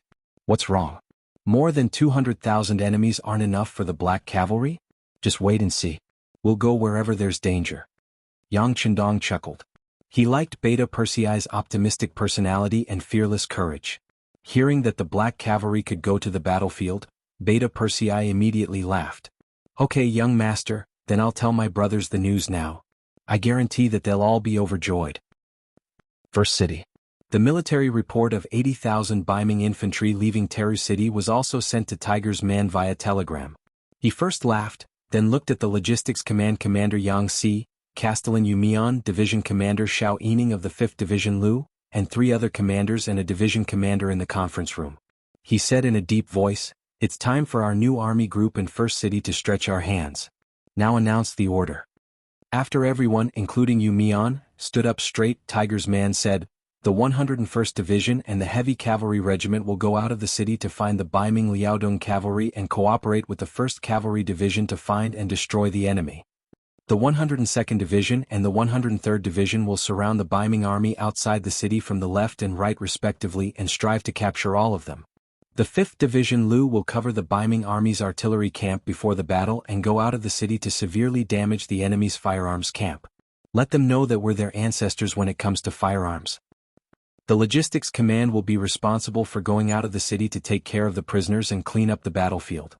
The Castellan's mansion will be responsible for defending the city and security in the city. At the same time, empty several hospitals in the city and prepare to receive the enemy's wounded." After issuing several orders in a row, Tiger's man suddenly raised his voice and said, "The 6th young master will be watching this battle not far away. Whoever has a problem should prepare to leave the army and go back to retire. We promise to complete the mission." Everyone answered in unison. As the 5-star army continued to grow stronger, the number of reserve talents also increased. Who knew how many people were eyeing the position below their buttocks? If he didn't perform well, Tiger's mane wasn't joking. He would really retire early. This was related to his own future, so he couldn't afford to be careless or careless. Tiger's mane knew that his words had worked when he saw the solemn expressions on everyone's faces. He nodded quietly and then said, "Okay, go and prepare. Rest well tonight. Tomorrow morning we will go out and fight." Saihan Mountain. This was an important mountain between the First City and Tulu City. As a link between the 2 cities, it served as a buffer. Saihan Mountain, which had experienced countless wars, had changed hands many times. It was used as the gate of the First City to defend against enemies.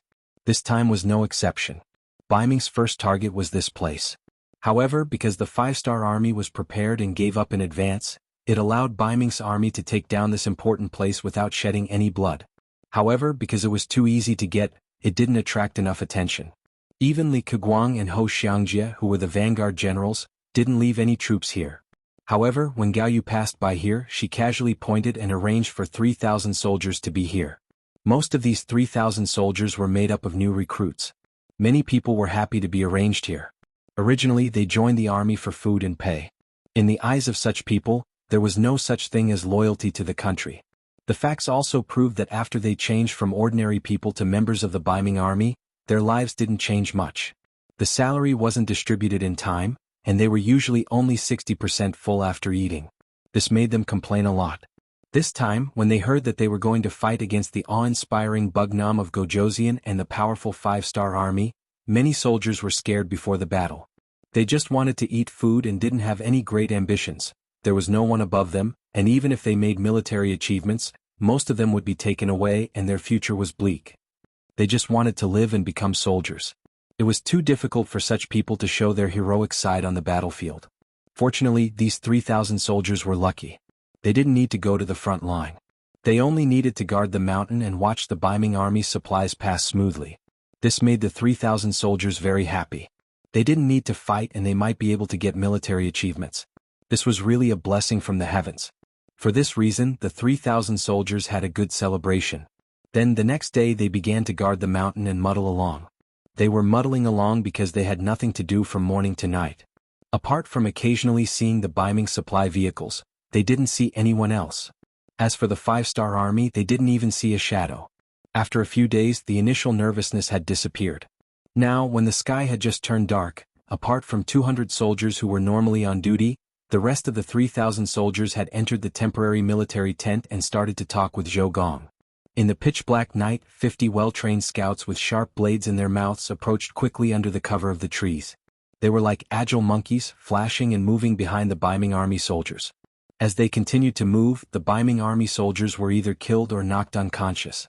In just 15 minutes, the 200 night watch soldiers had lost all signs of life. When Mo Benyi, the commander of the 306th Division of the Year Army, saw this scene, he couldn't help but shake his head. New recruits are new recruits. There's no challenge at all. They didn't even send out hidden sentries. Alright, everyone go up. Don't make any noise. Get ready to capture the prisoners. The 3,000 Biming army soldiers who didn't have the slightest bit of vigilance and never thought that someone would attack them had large swords pressed against their necks while they were still sleeping in their tents. The entire operation was methodical and orderly. In this battle, other than the 123 Biming army soldiers who were killed at the beginning, the rest, including the general, were all captured. No one resisted and this Biming army was completely wiped out. Send a message to the military commander. Tell him that we've taken down Mount Saihan. Mo Benyi instructed the radio operator sent by the military. With his rank, he wasn't qualified to be on the radio. If he hadn't come out alone to complete the mission, he wouldn't have been able to enjoy such treatment.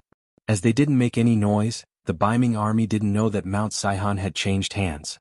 It wasn't until the afternoon of the second day that the 80,000 reinforcements from Tulu City passed by this place that they realized the danger ahead was imminent. These rocks were placed by the 306th Division soldiers overnight and half a day. Of course, the 3,000 Biming captives also contributed a lot. As the huge rocks rolled down one after another, the 5-star army's full-scale counterattack began. As Mo Benyi's side began to take action, the 5-star army in Beginning City also began their counterattack. The Lu 5th Division in the city had already locked onto the Biming army's firearms camp outside the city. After the order was given, cannonballs were shot out from within the city. After a few consecutive shots, explosions sounded one after another. The resulting explosions formed a sea of fire, alarming the 100,000 Biming infantrymen below the city. What's going on? Gao Yu, who heard the explosions, rushed out of the main tent. His face was filled with panic and anger. However, his anger quickly turned into fear. One after another, scouts appeared in front of him as if they had agreed to meet. Reporting to the military supervisor, the 5-star army's cannons hit our firearms camp's cannons. Now all the cannons have exploded and the cannonballs have also been detonated. The firearms camp has lost the ability to fight and suffered heavy losses. Reporting to the military supervisor, the 5-star army opened the inner city gate and rushed out. They have long-range, high-speed firearms. Our brothers guarding the outer city gate couldn't hold them off and have already retreated. We're requesting for backup. Reporting to the military supervisor, countless cavalrymen rushed out of the beginning city. They're coming towards us from both sides. We're requesting for backup. Reporting to the military supervisor. Listening to the bad news one after another, Gao Yu's face turned red because of anger. Suddenly he shouted, "Okay, stop talking, stop talking. Immediately organize people to hold on for me. Also, send someone to inform the 80,000 reinforcements. Tell them to speed up and come to join us under the beginning city. Also, send someone to look for General Fang Dingshan and request for cavalry support. Reinforcements." At this moment, Gao Yu already knew that the 5-star army had started their counterattack. Moreover, it was an unexpectedly strong counterattack. From the looks of it, they wouldn't be able to hold on for long. What he needed to do now was to request for reinforcements. As long as he could hold on until the reinforcements appeared, he could coordinate with them from the inside and outside and turn the tables around. How would Gao Yu know that the 80,000 infantry reinforcements he hoped for were blocked at the foot of Saihan Mountain? They couldn't move forward. And right behind them, Commander Wu Hui of the 3rd Cavalry Division of the new Second Army was leading his cavalrymen all the way here. They had taken Bai Ming's army by surprise and inflicted heavy losses. According to Yang Qindong's battle plan, the 1st Cavalry Division and the 2nd Cavalry Division of the new Second Army stayed at the foot of Tulu City to prevent them from providing reinforcements again. The 3rd Cavalry Division and the 305th Cavalry Division of the Second Army would cut through the back and flank of the 80,000 Bai Ming's reinforcements. They no longer had the ability to support them. On the other hand, the 100,000 elite Liaodong cavalrymen led by Fang Dingshan still had the strength. However, they weren't thinking about helping Gao Yu out of his predicament. Instead, they were thinking about how to destroy the heavy cavalry regiment led by Wind-Chasing Wolf that they had surrounded. Fortunately, Yang Qindong's order was to surround and capture Bai Ming's army. So, even though the offensive seemed fierce, Gao Yu wasn't in any danger for the time being. When he knew that the situation wasn't good, he first sent someone to ask for reinforcements. Then he immediately called for General Weika of the Firearms Division and had him lead the firearms soldiers to the front line to resist the 5-star Army's attacks. "Please don't worry, Army Supervisor," General Weika said confidently after receiving the mission. This time he had brought over 10,000 firearms soldiers with him. Among them there were quite a few soldiers who were armed with rifles. He believed that as long as he commanded them properly, even if they were facing fierce cavalry, they would be able to tear off a piece of flesh and let them know how powerful they were.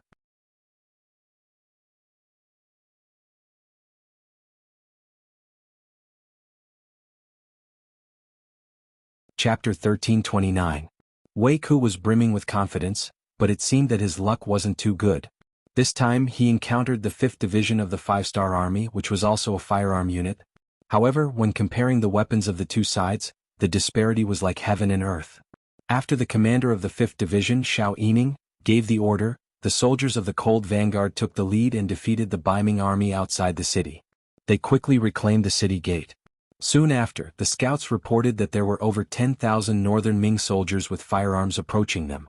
Looking from afar, they seemed to be in good order and seemed to be in order. Bai Ming firearms troops? Xiao Yining was stunned at first, but then he laughed out loud. Good. I was just about to ask them for a lesson. Tell the soldiers that their firearms can only shoot up to 120 meters. We will take care of them outside this range. Remember, injure them as much as possible. Don't kill them unless it's necessary. They are all Han like us. To become a soldier of the Cold Vanguard, the first requirement was to be a pure Han. This was something that was never discounted.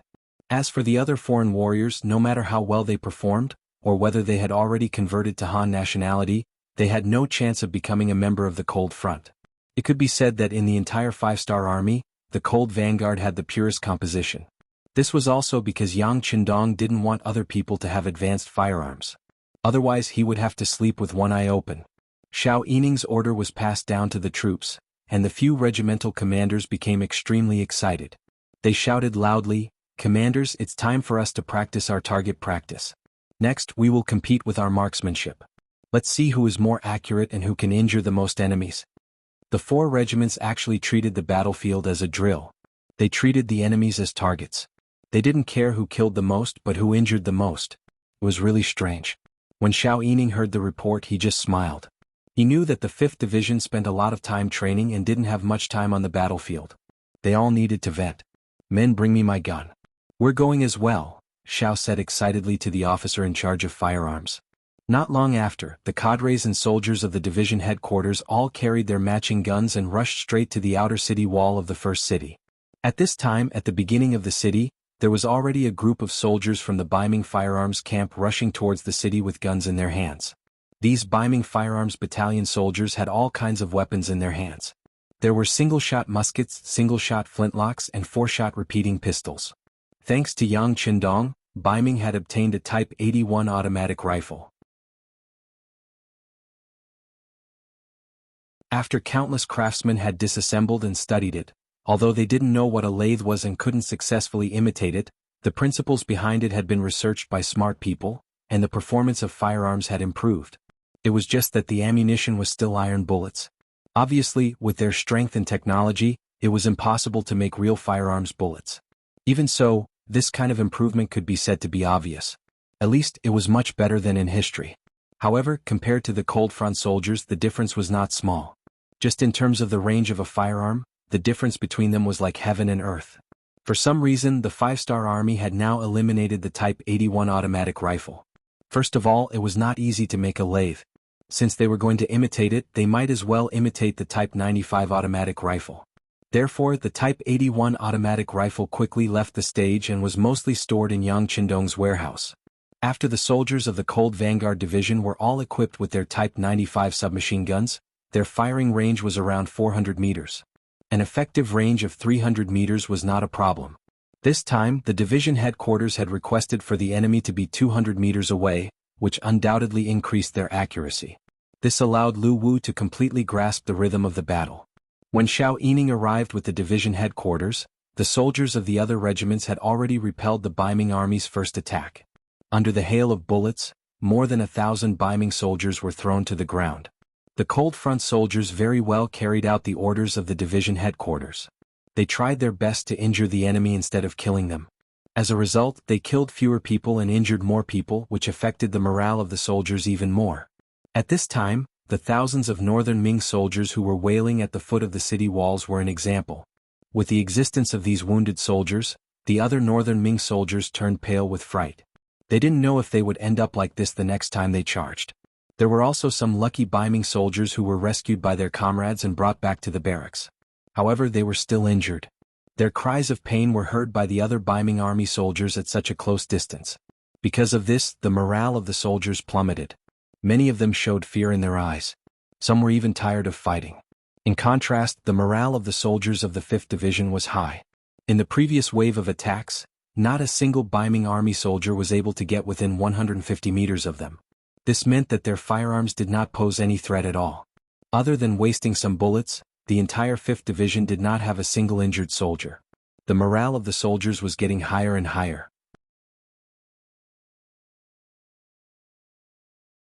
Why is the division commander here? When Dang Liming saw Xiao Yining standing beside him, a confused expression appeared on his face. "All right, I'm here to train the division's marksmanship. I won't steal your credit." Seeing Dang Liming's intention, Xiao Yining shook his head helplessly and asked, "How is it? How are the results? Did we suffer any losses?" Knowing that Xiao Yining was not here to steal his credit, Dang Liming's expression immediately brightened. He patted his chest and promised, "Don't worry, the Baiming army will not be able to get close to us. Furthermore, we have the battlements to defend ourselves. They are standing on open ground. This is just a target practice. The soldiers will not be in any danger." Good. Xiao Yining's face lit up. Every Cold Vanguard soldier was carefully selected from the Han people. Most of them were originally from Crimson Castle and Ryukyu Island. If there were any casualties, he would not be able to explain it to their families. Although it was inevitable that there would be casualties in war, Xiao Yining still hoped that there would be fewer deaths. This way he would be able to explain it to his family. While the two were talking, the Baiming army's second charge began. Compared to the previous charge of thousands of soldiers, this time there were only a few hundred soldiers. It felt more like a probing attack. Damn it, how are we going to fight with so few people? Seeing that there were less than 1,000 soldiers, Dang Liming's face was filled with displeasure. Perhaps he wished that more than 10,000 soldiers from the Baiming firearms camp would charge forward. That way he could kill to his heart's content. Xiao Yining, who also saw this scene, patted Dang Liming's head. "All right, the enemy has their own way of fighting. Immediately pass down the order. The 1st Regiment, 1st Battalion, and the division headquarters are responsible for shooting. Everyone else stop. Since the number of enemies was small, it would be too wasteful if they fired all at once. It was better to fire one battalion at a time. That way they could make a comparison and even have a competition on the battlefield to increase everyone's enthusiasm." Naturally, the division headquarters was included. This meant that they were mixing in personal goods. The other regimental commanders could not refuse. If they refused and angered Xiao Yining, he might not even give them a chance to kill the enemy. That would be unbearable. The competition between the battalions began. No matter how many soldiers from the Baiming army came, the distance of 200 to 150 meters was their life and death line. No one could rush over, let alone launch a counterattack. Not only that, after a few short charges, more and more soldiers from the Baiming army could run back without being injured.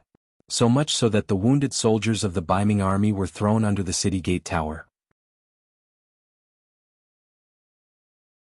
When everyone screamed in pain, the other Baiming army soldiers did not dare to come forward. They were afraid that they would be one of them. The firearms camp did not play its role as expected. Instead, they were beaten into idiots. They did not even have the ability to fight back. This made Gao Yu, who was the army supervisor, very angry.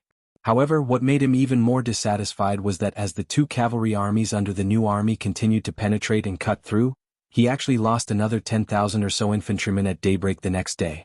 Moreover, most of them were injured soldiers. The number of people who truly died in battle was few and far between. It was precisely because there were too many injured soldiers in the barracks. It was more than a third of the total number of soldiers. The wails and screams of pain were endless. It was like purgatory on earth. It made people's faces change greatly. The morale of the soldiers was greatly shaken. At this moment, if there were no reinforcements, the more than 100,000 Baiming army would collapse. Reinforcements? Where are the reinforcements? Looking back, Gao Yu's eyes flashed. At this moment he finally knew the power of the five-star army. He also began to regret that he took the initiative to go out of the city to fight. If he stayed in Talu City, would it be much safer? Talu City. When the 80,000 reinforcements left the city, the commander of the new 2nd Army led the 1st Cavalry Division and the 2nd Cavalry Division to camp in the city. The military tents were connected to one another, and countless cavalrymen were constantly wandering around. This momentum frightened the northern Ming soldiers who were guarding the city. They also began to realize that the soldiers who had left the city were in danger. Knowing that the Baiming army outside the city may be very dangerous, whether to kill them or not became the problem that the Baiming general Zhang Ping needed to consider. He had climbed up the city tower and roughly looked at the 5-star army cavalry below the city. There were only 10,000 people. If it was only a comparison of forces, they still had a certain advantage. However, war could not be calculated like this. It had to be considered from many aspects. For example, the other side was all cavalry. They could participate in the battle. However, a part of them needed to stay in the city to defend the city. They could not all go to the battlefield. This made the gap between the two sides shrink a lot.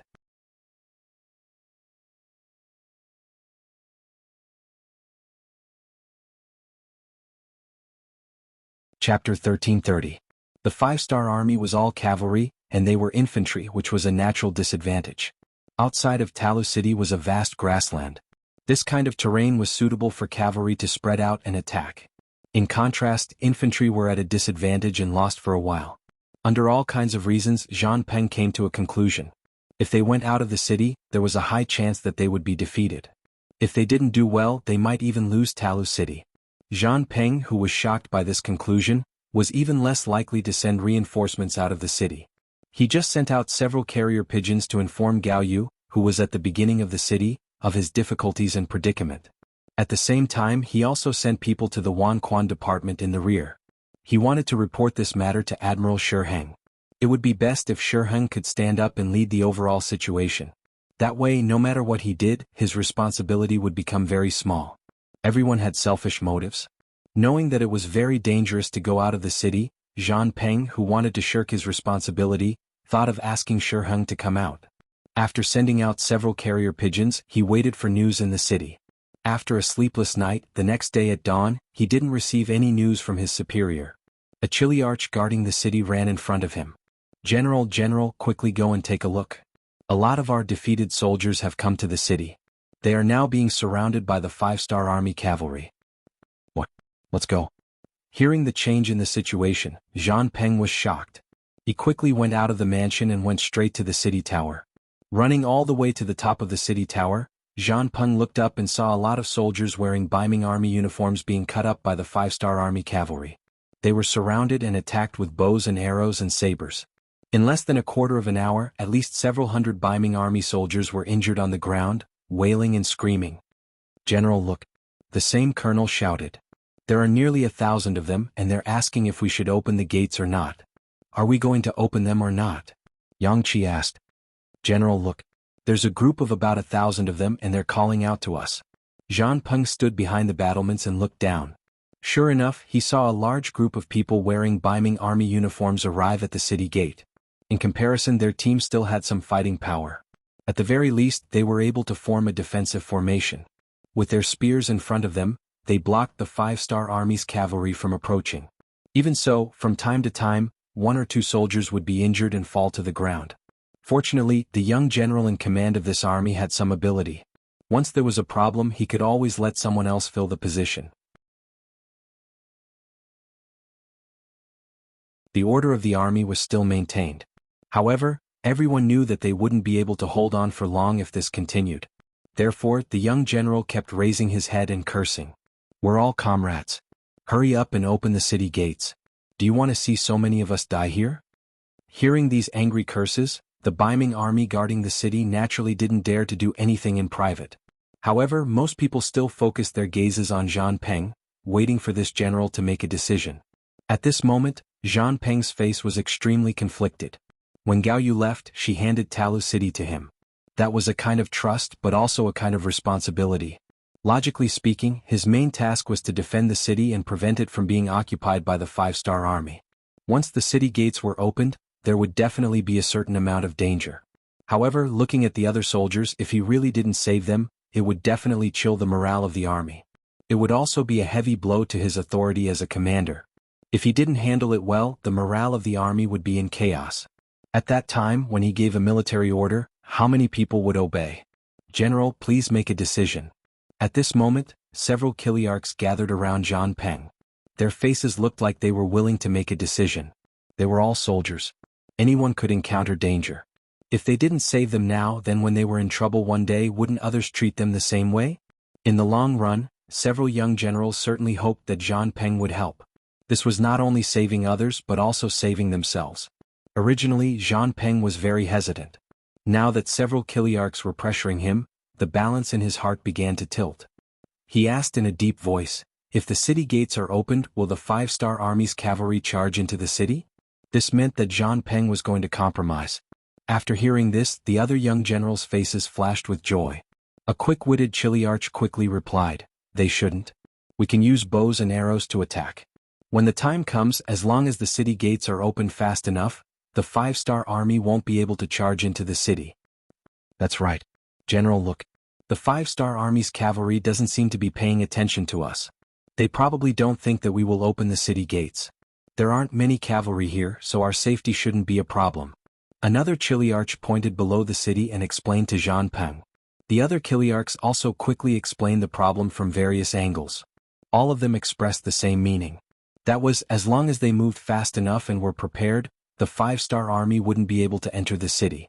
They wouldn't be able to take any advantage. Seeing that everyone was so confident, Zhang Peng took a deep breath and said, "Okay, this general believes you.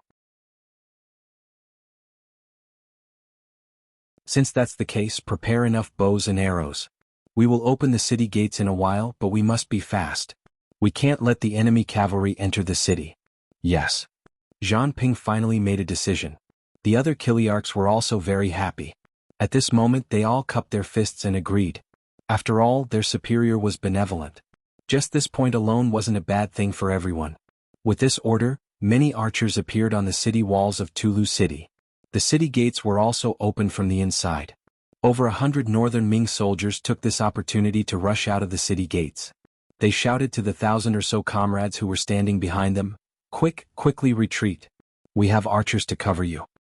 "Many thanks." The Chiliarch, who had been cursing non-stop, had a look of excitement on his face. He immediately ordered his soldiers to retreat into the open city gates. Behind them, the five-star army's cavalry that wanted to approach were forced back by the thousands of arrows from the city walls. It was like a net of arrows, making it impossible for anyone to enter. "Aha, it's done." Zhang Peng, who was nervously staring at the city walls, couldn't help but let out a sigh of relief when he saw the 1,000 or so soldiers from the Baiming army being rescued. No matter what, saving 1,000 people could be considered a meritorious service. At the same time, he would be able to find out what had happened outside from these people. He would be able to find out why the five-star army's cavalry had appeared and why the Baiming army had been defeated. Before Zhang Peng could finish his sigh of relief and before he could ask the retreating soldiers what happened outside, the situation on the battlefield suddenly changed. The five-star army's cavalry that was still far away suddenly gave up on surrounding the Baiming soldiers. Instead, they angrily rushed towards the city gates that were slowly closing. "Aha, are they crazy? Isn't it too late to come now?" On top of the city walls, when they saw the five-star army's cavalry rushing towards them, the Baiming army's Kiliarchs on top of the city walls laughed. They laughed at the stupidity of the five-star army. But soon, a piece of news hit their faces like a slap. causing their complexion to instantly change. Not good, the Biming army that we rescued suddenly betrayed us. They injured our soldiers who were guarding the city gates. They occupied the place and guarded the gate. We can't get close for a while. What? Several Kiliarchs were surprised. They were all confused. They didn't understand why their own people would hurt their own people. They just saved these people. On the other hand, Zhang Ping suddenly thought of something after being shocked for a short while. He shouted loudly, "I'm afraid that those people aren't our comrades at all. They are the 5-star army in disguise. Damn it, we've been tricked."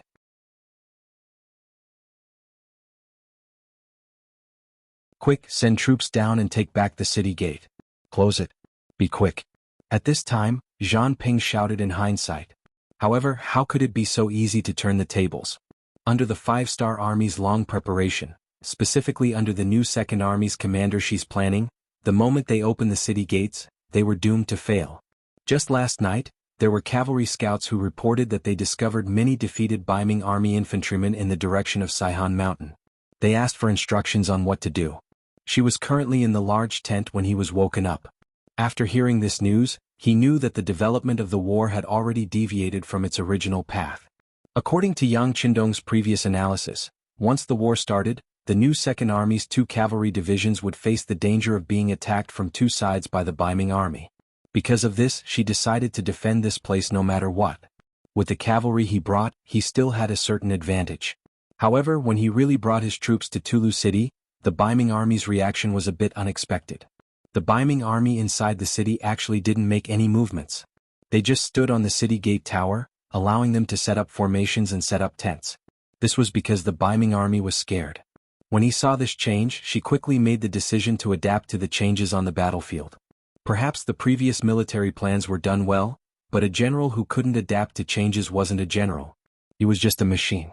From the possibility of being attacked from 2 sides to the current Biming army holding back their troops, the new 2nd Army's 2 cavalry divisions were safe. However, she wasn't satisfied with this result. He already began to boldly imagine if he could find an opportunity to capture Tulu City and completely cut off the several 100,000 Biming army's path of retreat. If he had made this suggestion before, it clearly wouldn't have been appropriate. But now, the cowardly behavior of the 50,000 infantrymen in Tulu City made she see hope.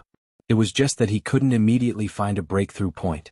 The scouts who came to report in the middle of the night opened up a window in Shibi's heart, allowing him to see an opportunity and hope to attack Tulu City. Shibi called over the 1st Cavalry Division's commander Qiao Qiao and the 2nd Cavalry Division's commander Li Jun. After a round of discussion, the 3 of them decided to disguise themselves as the Biming army to trick the enemy into opening the city gates.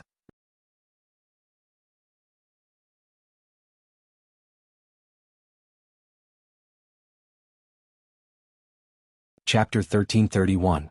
In order to win this battle in one fell swoop, the commander of the 1st Cavalry Division, Qiao Qiao, volunteered to take on the task of luring the enemy to open the gate. He personally selected 1,000 Han soldiers and changed into the Biming army's uniform.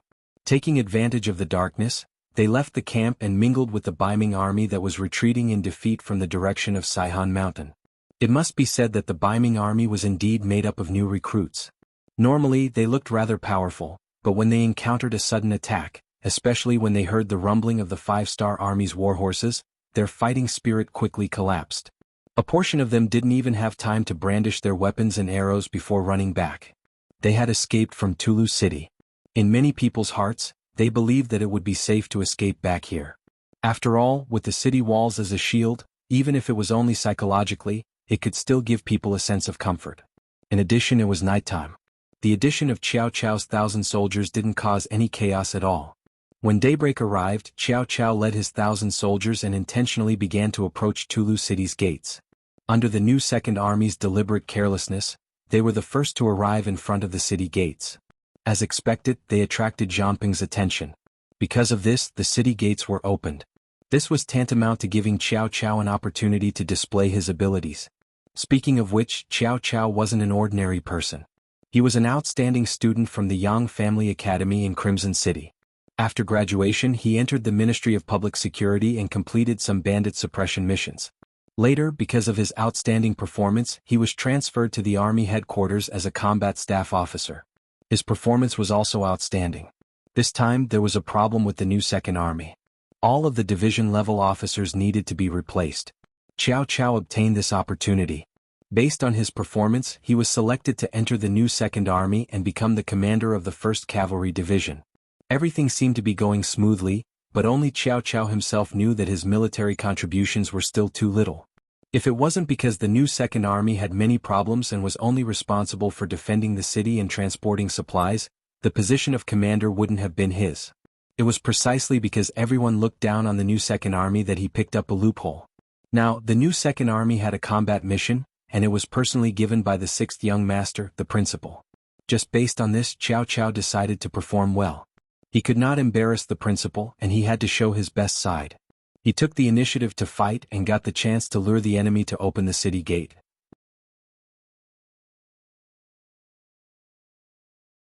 After careful planning and good performance, the city gates were finally opened. When Cao Cao appeared here with a spear in his hand, it gave birth to a feeling that one man could hold the pass against 10,000 men. As long as he was still alive, he would never allow the Baiming army to take back the gate. Soldiers kill. We must hold on until the cavalry arrives. We can do it. Cao Cao shouted loudly to encourage his soldiers, raising their morale. Below the city gate tower, more and more Baiming army were rushing over. General Zhang Peng had issued a death order. No matter what, they had to take back the city gate. For this, they didn't hesitate to pay any price. Zhang Peng was really anxious. Originally, he wanted to save people out of kindness. Of course, he also wanted to make a contribution. But who would have thought that the people he saved were the enemy? This was a serious dereliction of duty. If he couldn't drive these people out, once the city gate was broken, he would be the biggest sinner. Zhang Peng's desperate counterattack suddenly increased the pressure on Cao Cao. He and his soldiers had no choice but to start a massacre. They weren't just hurting people, they were killing people. When their military uniforms were dyed red with blood, the corpses of Baiming soldiers were piled up outside the city gate.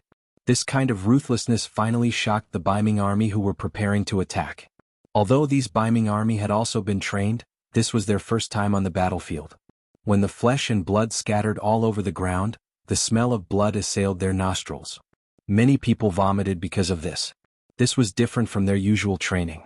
It was also different from the fights between the common people. This was a battle of life and death. Once they rushed forward, they would often fight to the death. No one would not cherish their own life. The only difference was whether it was worth it or not. They only had limited military pay. Just because of the general's order, they had to pay with their own life. After they died, it was difficult to get any pension policy. After they died, their family would not be taken care of. So why should they be bathed in blood and kill? Where did their hot blood come from? In contrast, Cao Cao and his soldiers didn't have these worries. The Yangtze government had a very sound pension policy for the soldiers. If you died in battle, your family would benefit. If you died because of meritorious service, your family would also follow you for a lifetime of glory. There were many benefits to meritorious service. If you died in battle, your family would also benefit a lot. This made everyone have no worries. Using their lives on the battlefield became a matter of course. When Cao Cao and his men were covered in blood as if they had walked out of hell, they came to the front of the Baiming army and shouted, "Who else is there?" The Baiming army involuntarily began to retreat. This was a fear that came from the depths of their bones. "Go, go, go. Comrades, get out of the way. Our cavalry is coming." Just as Cao Cao and his soldiers were confronting the Baiming army, behind them, the cavalry brothers of the new Second Army finally broke through the rain of arrows and entered the city gate. When the cavalry arrived, the situation on the battlefield changed dramatically. The cavalry borrowed the momentum of their horses. When they casually swung their sabers, they could carry a force of several hundred jin. Wherever they went, anyone who tried to resist was either cut in half or heavily injured by the charge of the warhorse. This was the advantage cavalry had over infantry. The arrival of the cavalry meant that Tulu City was about to change hands. Run. Seeing that the cavalry had already begun to kill, the Baiming army standing at the front fell in a short time. The rest of the Baiming army scattered like birds and beasts after an unknown person shouted. They immediately fled in all directions. Zhang Peng, who was standing at the back of the army, saw everything clearly. He staggered and almost fainted on the ground. It was the personal guard beside him who supported him and advised, "General, the situation has changed. We should run. The strength of the 5-star Army's cavalry is not something we can resist. Even if we don't open the city gate, they will find a way to open it. Let's go." The words of comfort had some effect. Zhang Peng, who was already out of his wits, kept nodding. Okay, let's retreat. Let's retreat. Zhang Peng escaped. Taking advantage of the chaos when the cavalry entered the city, he escaped with 10,000 infantry. They ran straight to the capital head behind them. This was also the only northern Ming army that managed to escape from this battle. Following Zhang Peng's escape, Tulu city changed hands without anyone commanding it. She led the cavalry into the city and saw piles of provisions and gold and silver in the large warehouse. These were the provisions Ming army had prepared for their 400,000-strong army. Now they had benefited the 5-star army. She entered the city under the protection of a group of cavalry and entered Shi Heng's courtyard. Then she sent a telegram to Yang Qindong. In this battle she once again proved herself. It also proved that the new Second Army was a strong army that could fight. They completed their mission beyond expectations and made the impossible possible. They seized Tulu city and completely cut off the Ming army's path of retreat. When Yang Qindong received the telegram, he couldn't help but clap. That's right, Shiryo's performance was very good, especially his reaction on the spot. Come, everyone in the army report to the new Second Army for commendation. Also, inform Shirlu to report all the meritorious officials in this battle. Yang Qindong's mood improved greatly because of this, his expression no longer as cold as before. Speaking of which, Yang Qindong's mood wasn't that good. It was all because of the telegram sent by the heavy cavalry regiment. They were surrounded by Ming's Liaodong cavalry. They were determined to live and die with the enemy. This telegram clearly stated their situation, but at the same time, it could also be said to be a resolute telegram. How could Yang Qindong agree that a heavy cavalry regiment was about to be wiped out? He immediately replied with a telegram, asking the regiment commander to hold on until reinforcements arrived. At the same time, he reported the situation to the 1st Cavalry Division, the 101st Regiment, and the division that were looking for Ming's Liaodong cavalry on the battlefield. He asked them to quickly provide support to the heavy cavalry regiment. After sending these telegrams, the news of Xi's victory came, making the angry Yang Qindong feel much better. Seeing that the new Second Army had made great contributions, Yang Qindong also felt a surge of hot blood in his body. He glanced at Beta Persei beside him and suddenly asked heroically, "Beta Persei, do you dare to fight the Liaodong cavalry with the young master?" Beta Persei was also a hot-blooded youth. After hearing this, his eyes lit up. He instinctively wanted to agree, but his mouth opened and he became hesitant. Of course, he himself wanted to fight Ming's Liaodong cavalry. This army was also famous. Beta Persei had long wanted to deal with them and let them know that there was always someone better. This was also what any 5-star army soldier wanted to do. But this matter involved Yang Qindong. It was completely different. As for how important Yang Qindong was now, there was no need to say more. It was not an exaggeration to say that if something happened to him now, Yang Xie would definitely be in chaos. Even the 5-star army would fall apart in an instant. In other words, at this time, anyone in Yang Xie could have a problem, but Yang Qindong couldn't. Now they only had 2,000 black cavalry soldiers with them. If they went to fight Ming's Liaodong cavalry with this small number of people, it would not be killing people but arrogantly courting death. No. Beta Persei shook his head firmly. Why not? Although Yang Qindong knew the answer would be like this, he was still a little reluctant. Don't you have the guts? You're tuning in to the Han Li's Wuxia Chronicles YouTube channel. We're so grateful for your support, and don't forget to subscribe to join us on this incredible journey through captivating stories. Your generosity through donations truly makes a world of difference, as it's the primary source of revenue that allows me to expand and enhance this channel for you. Thank you from the bottom of my heart for being a part of this adventure.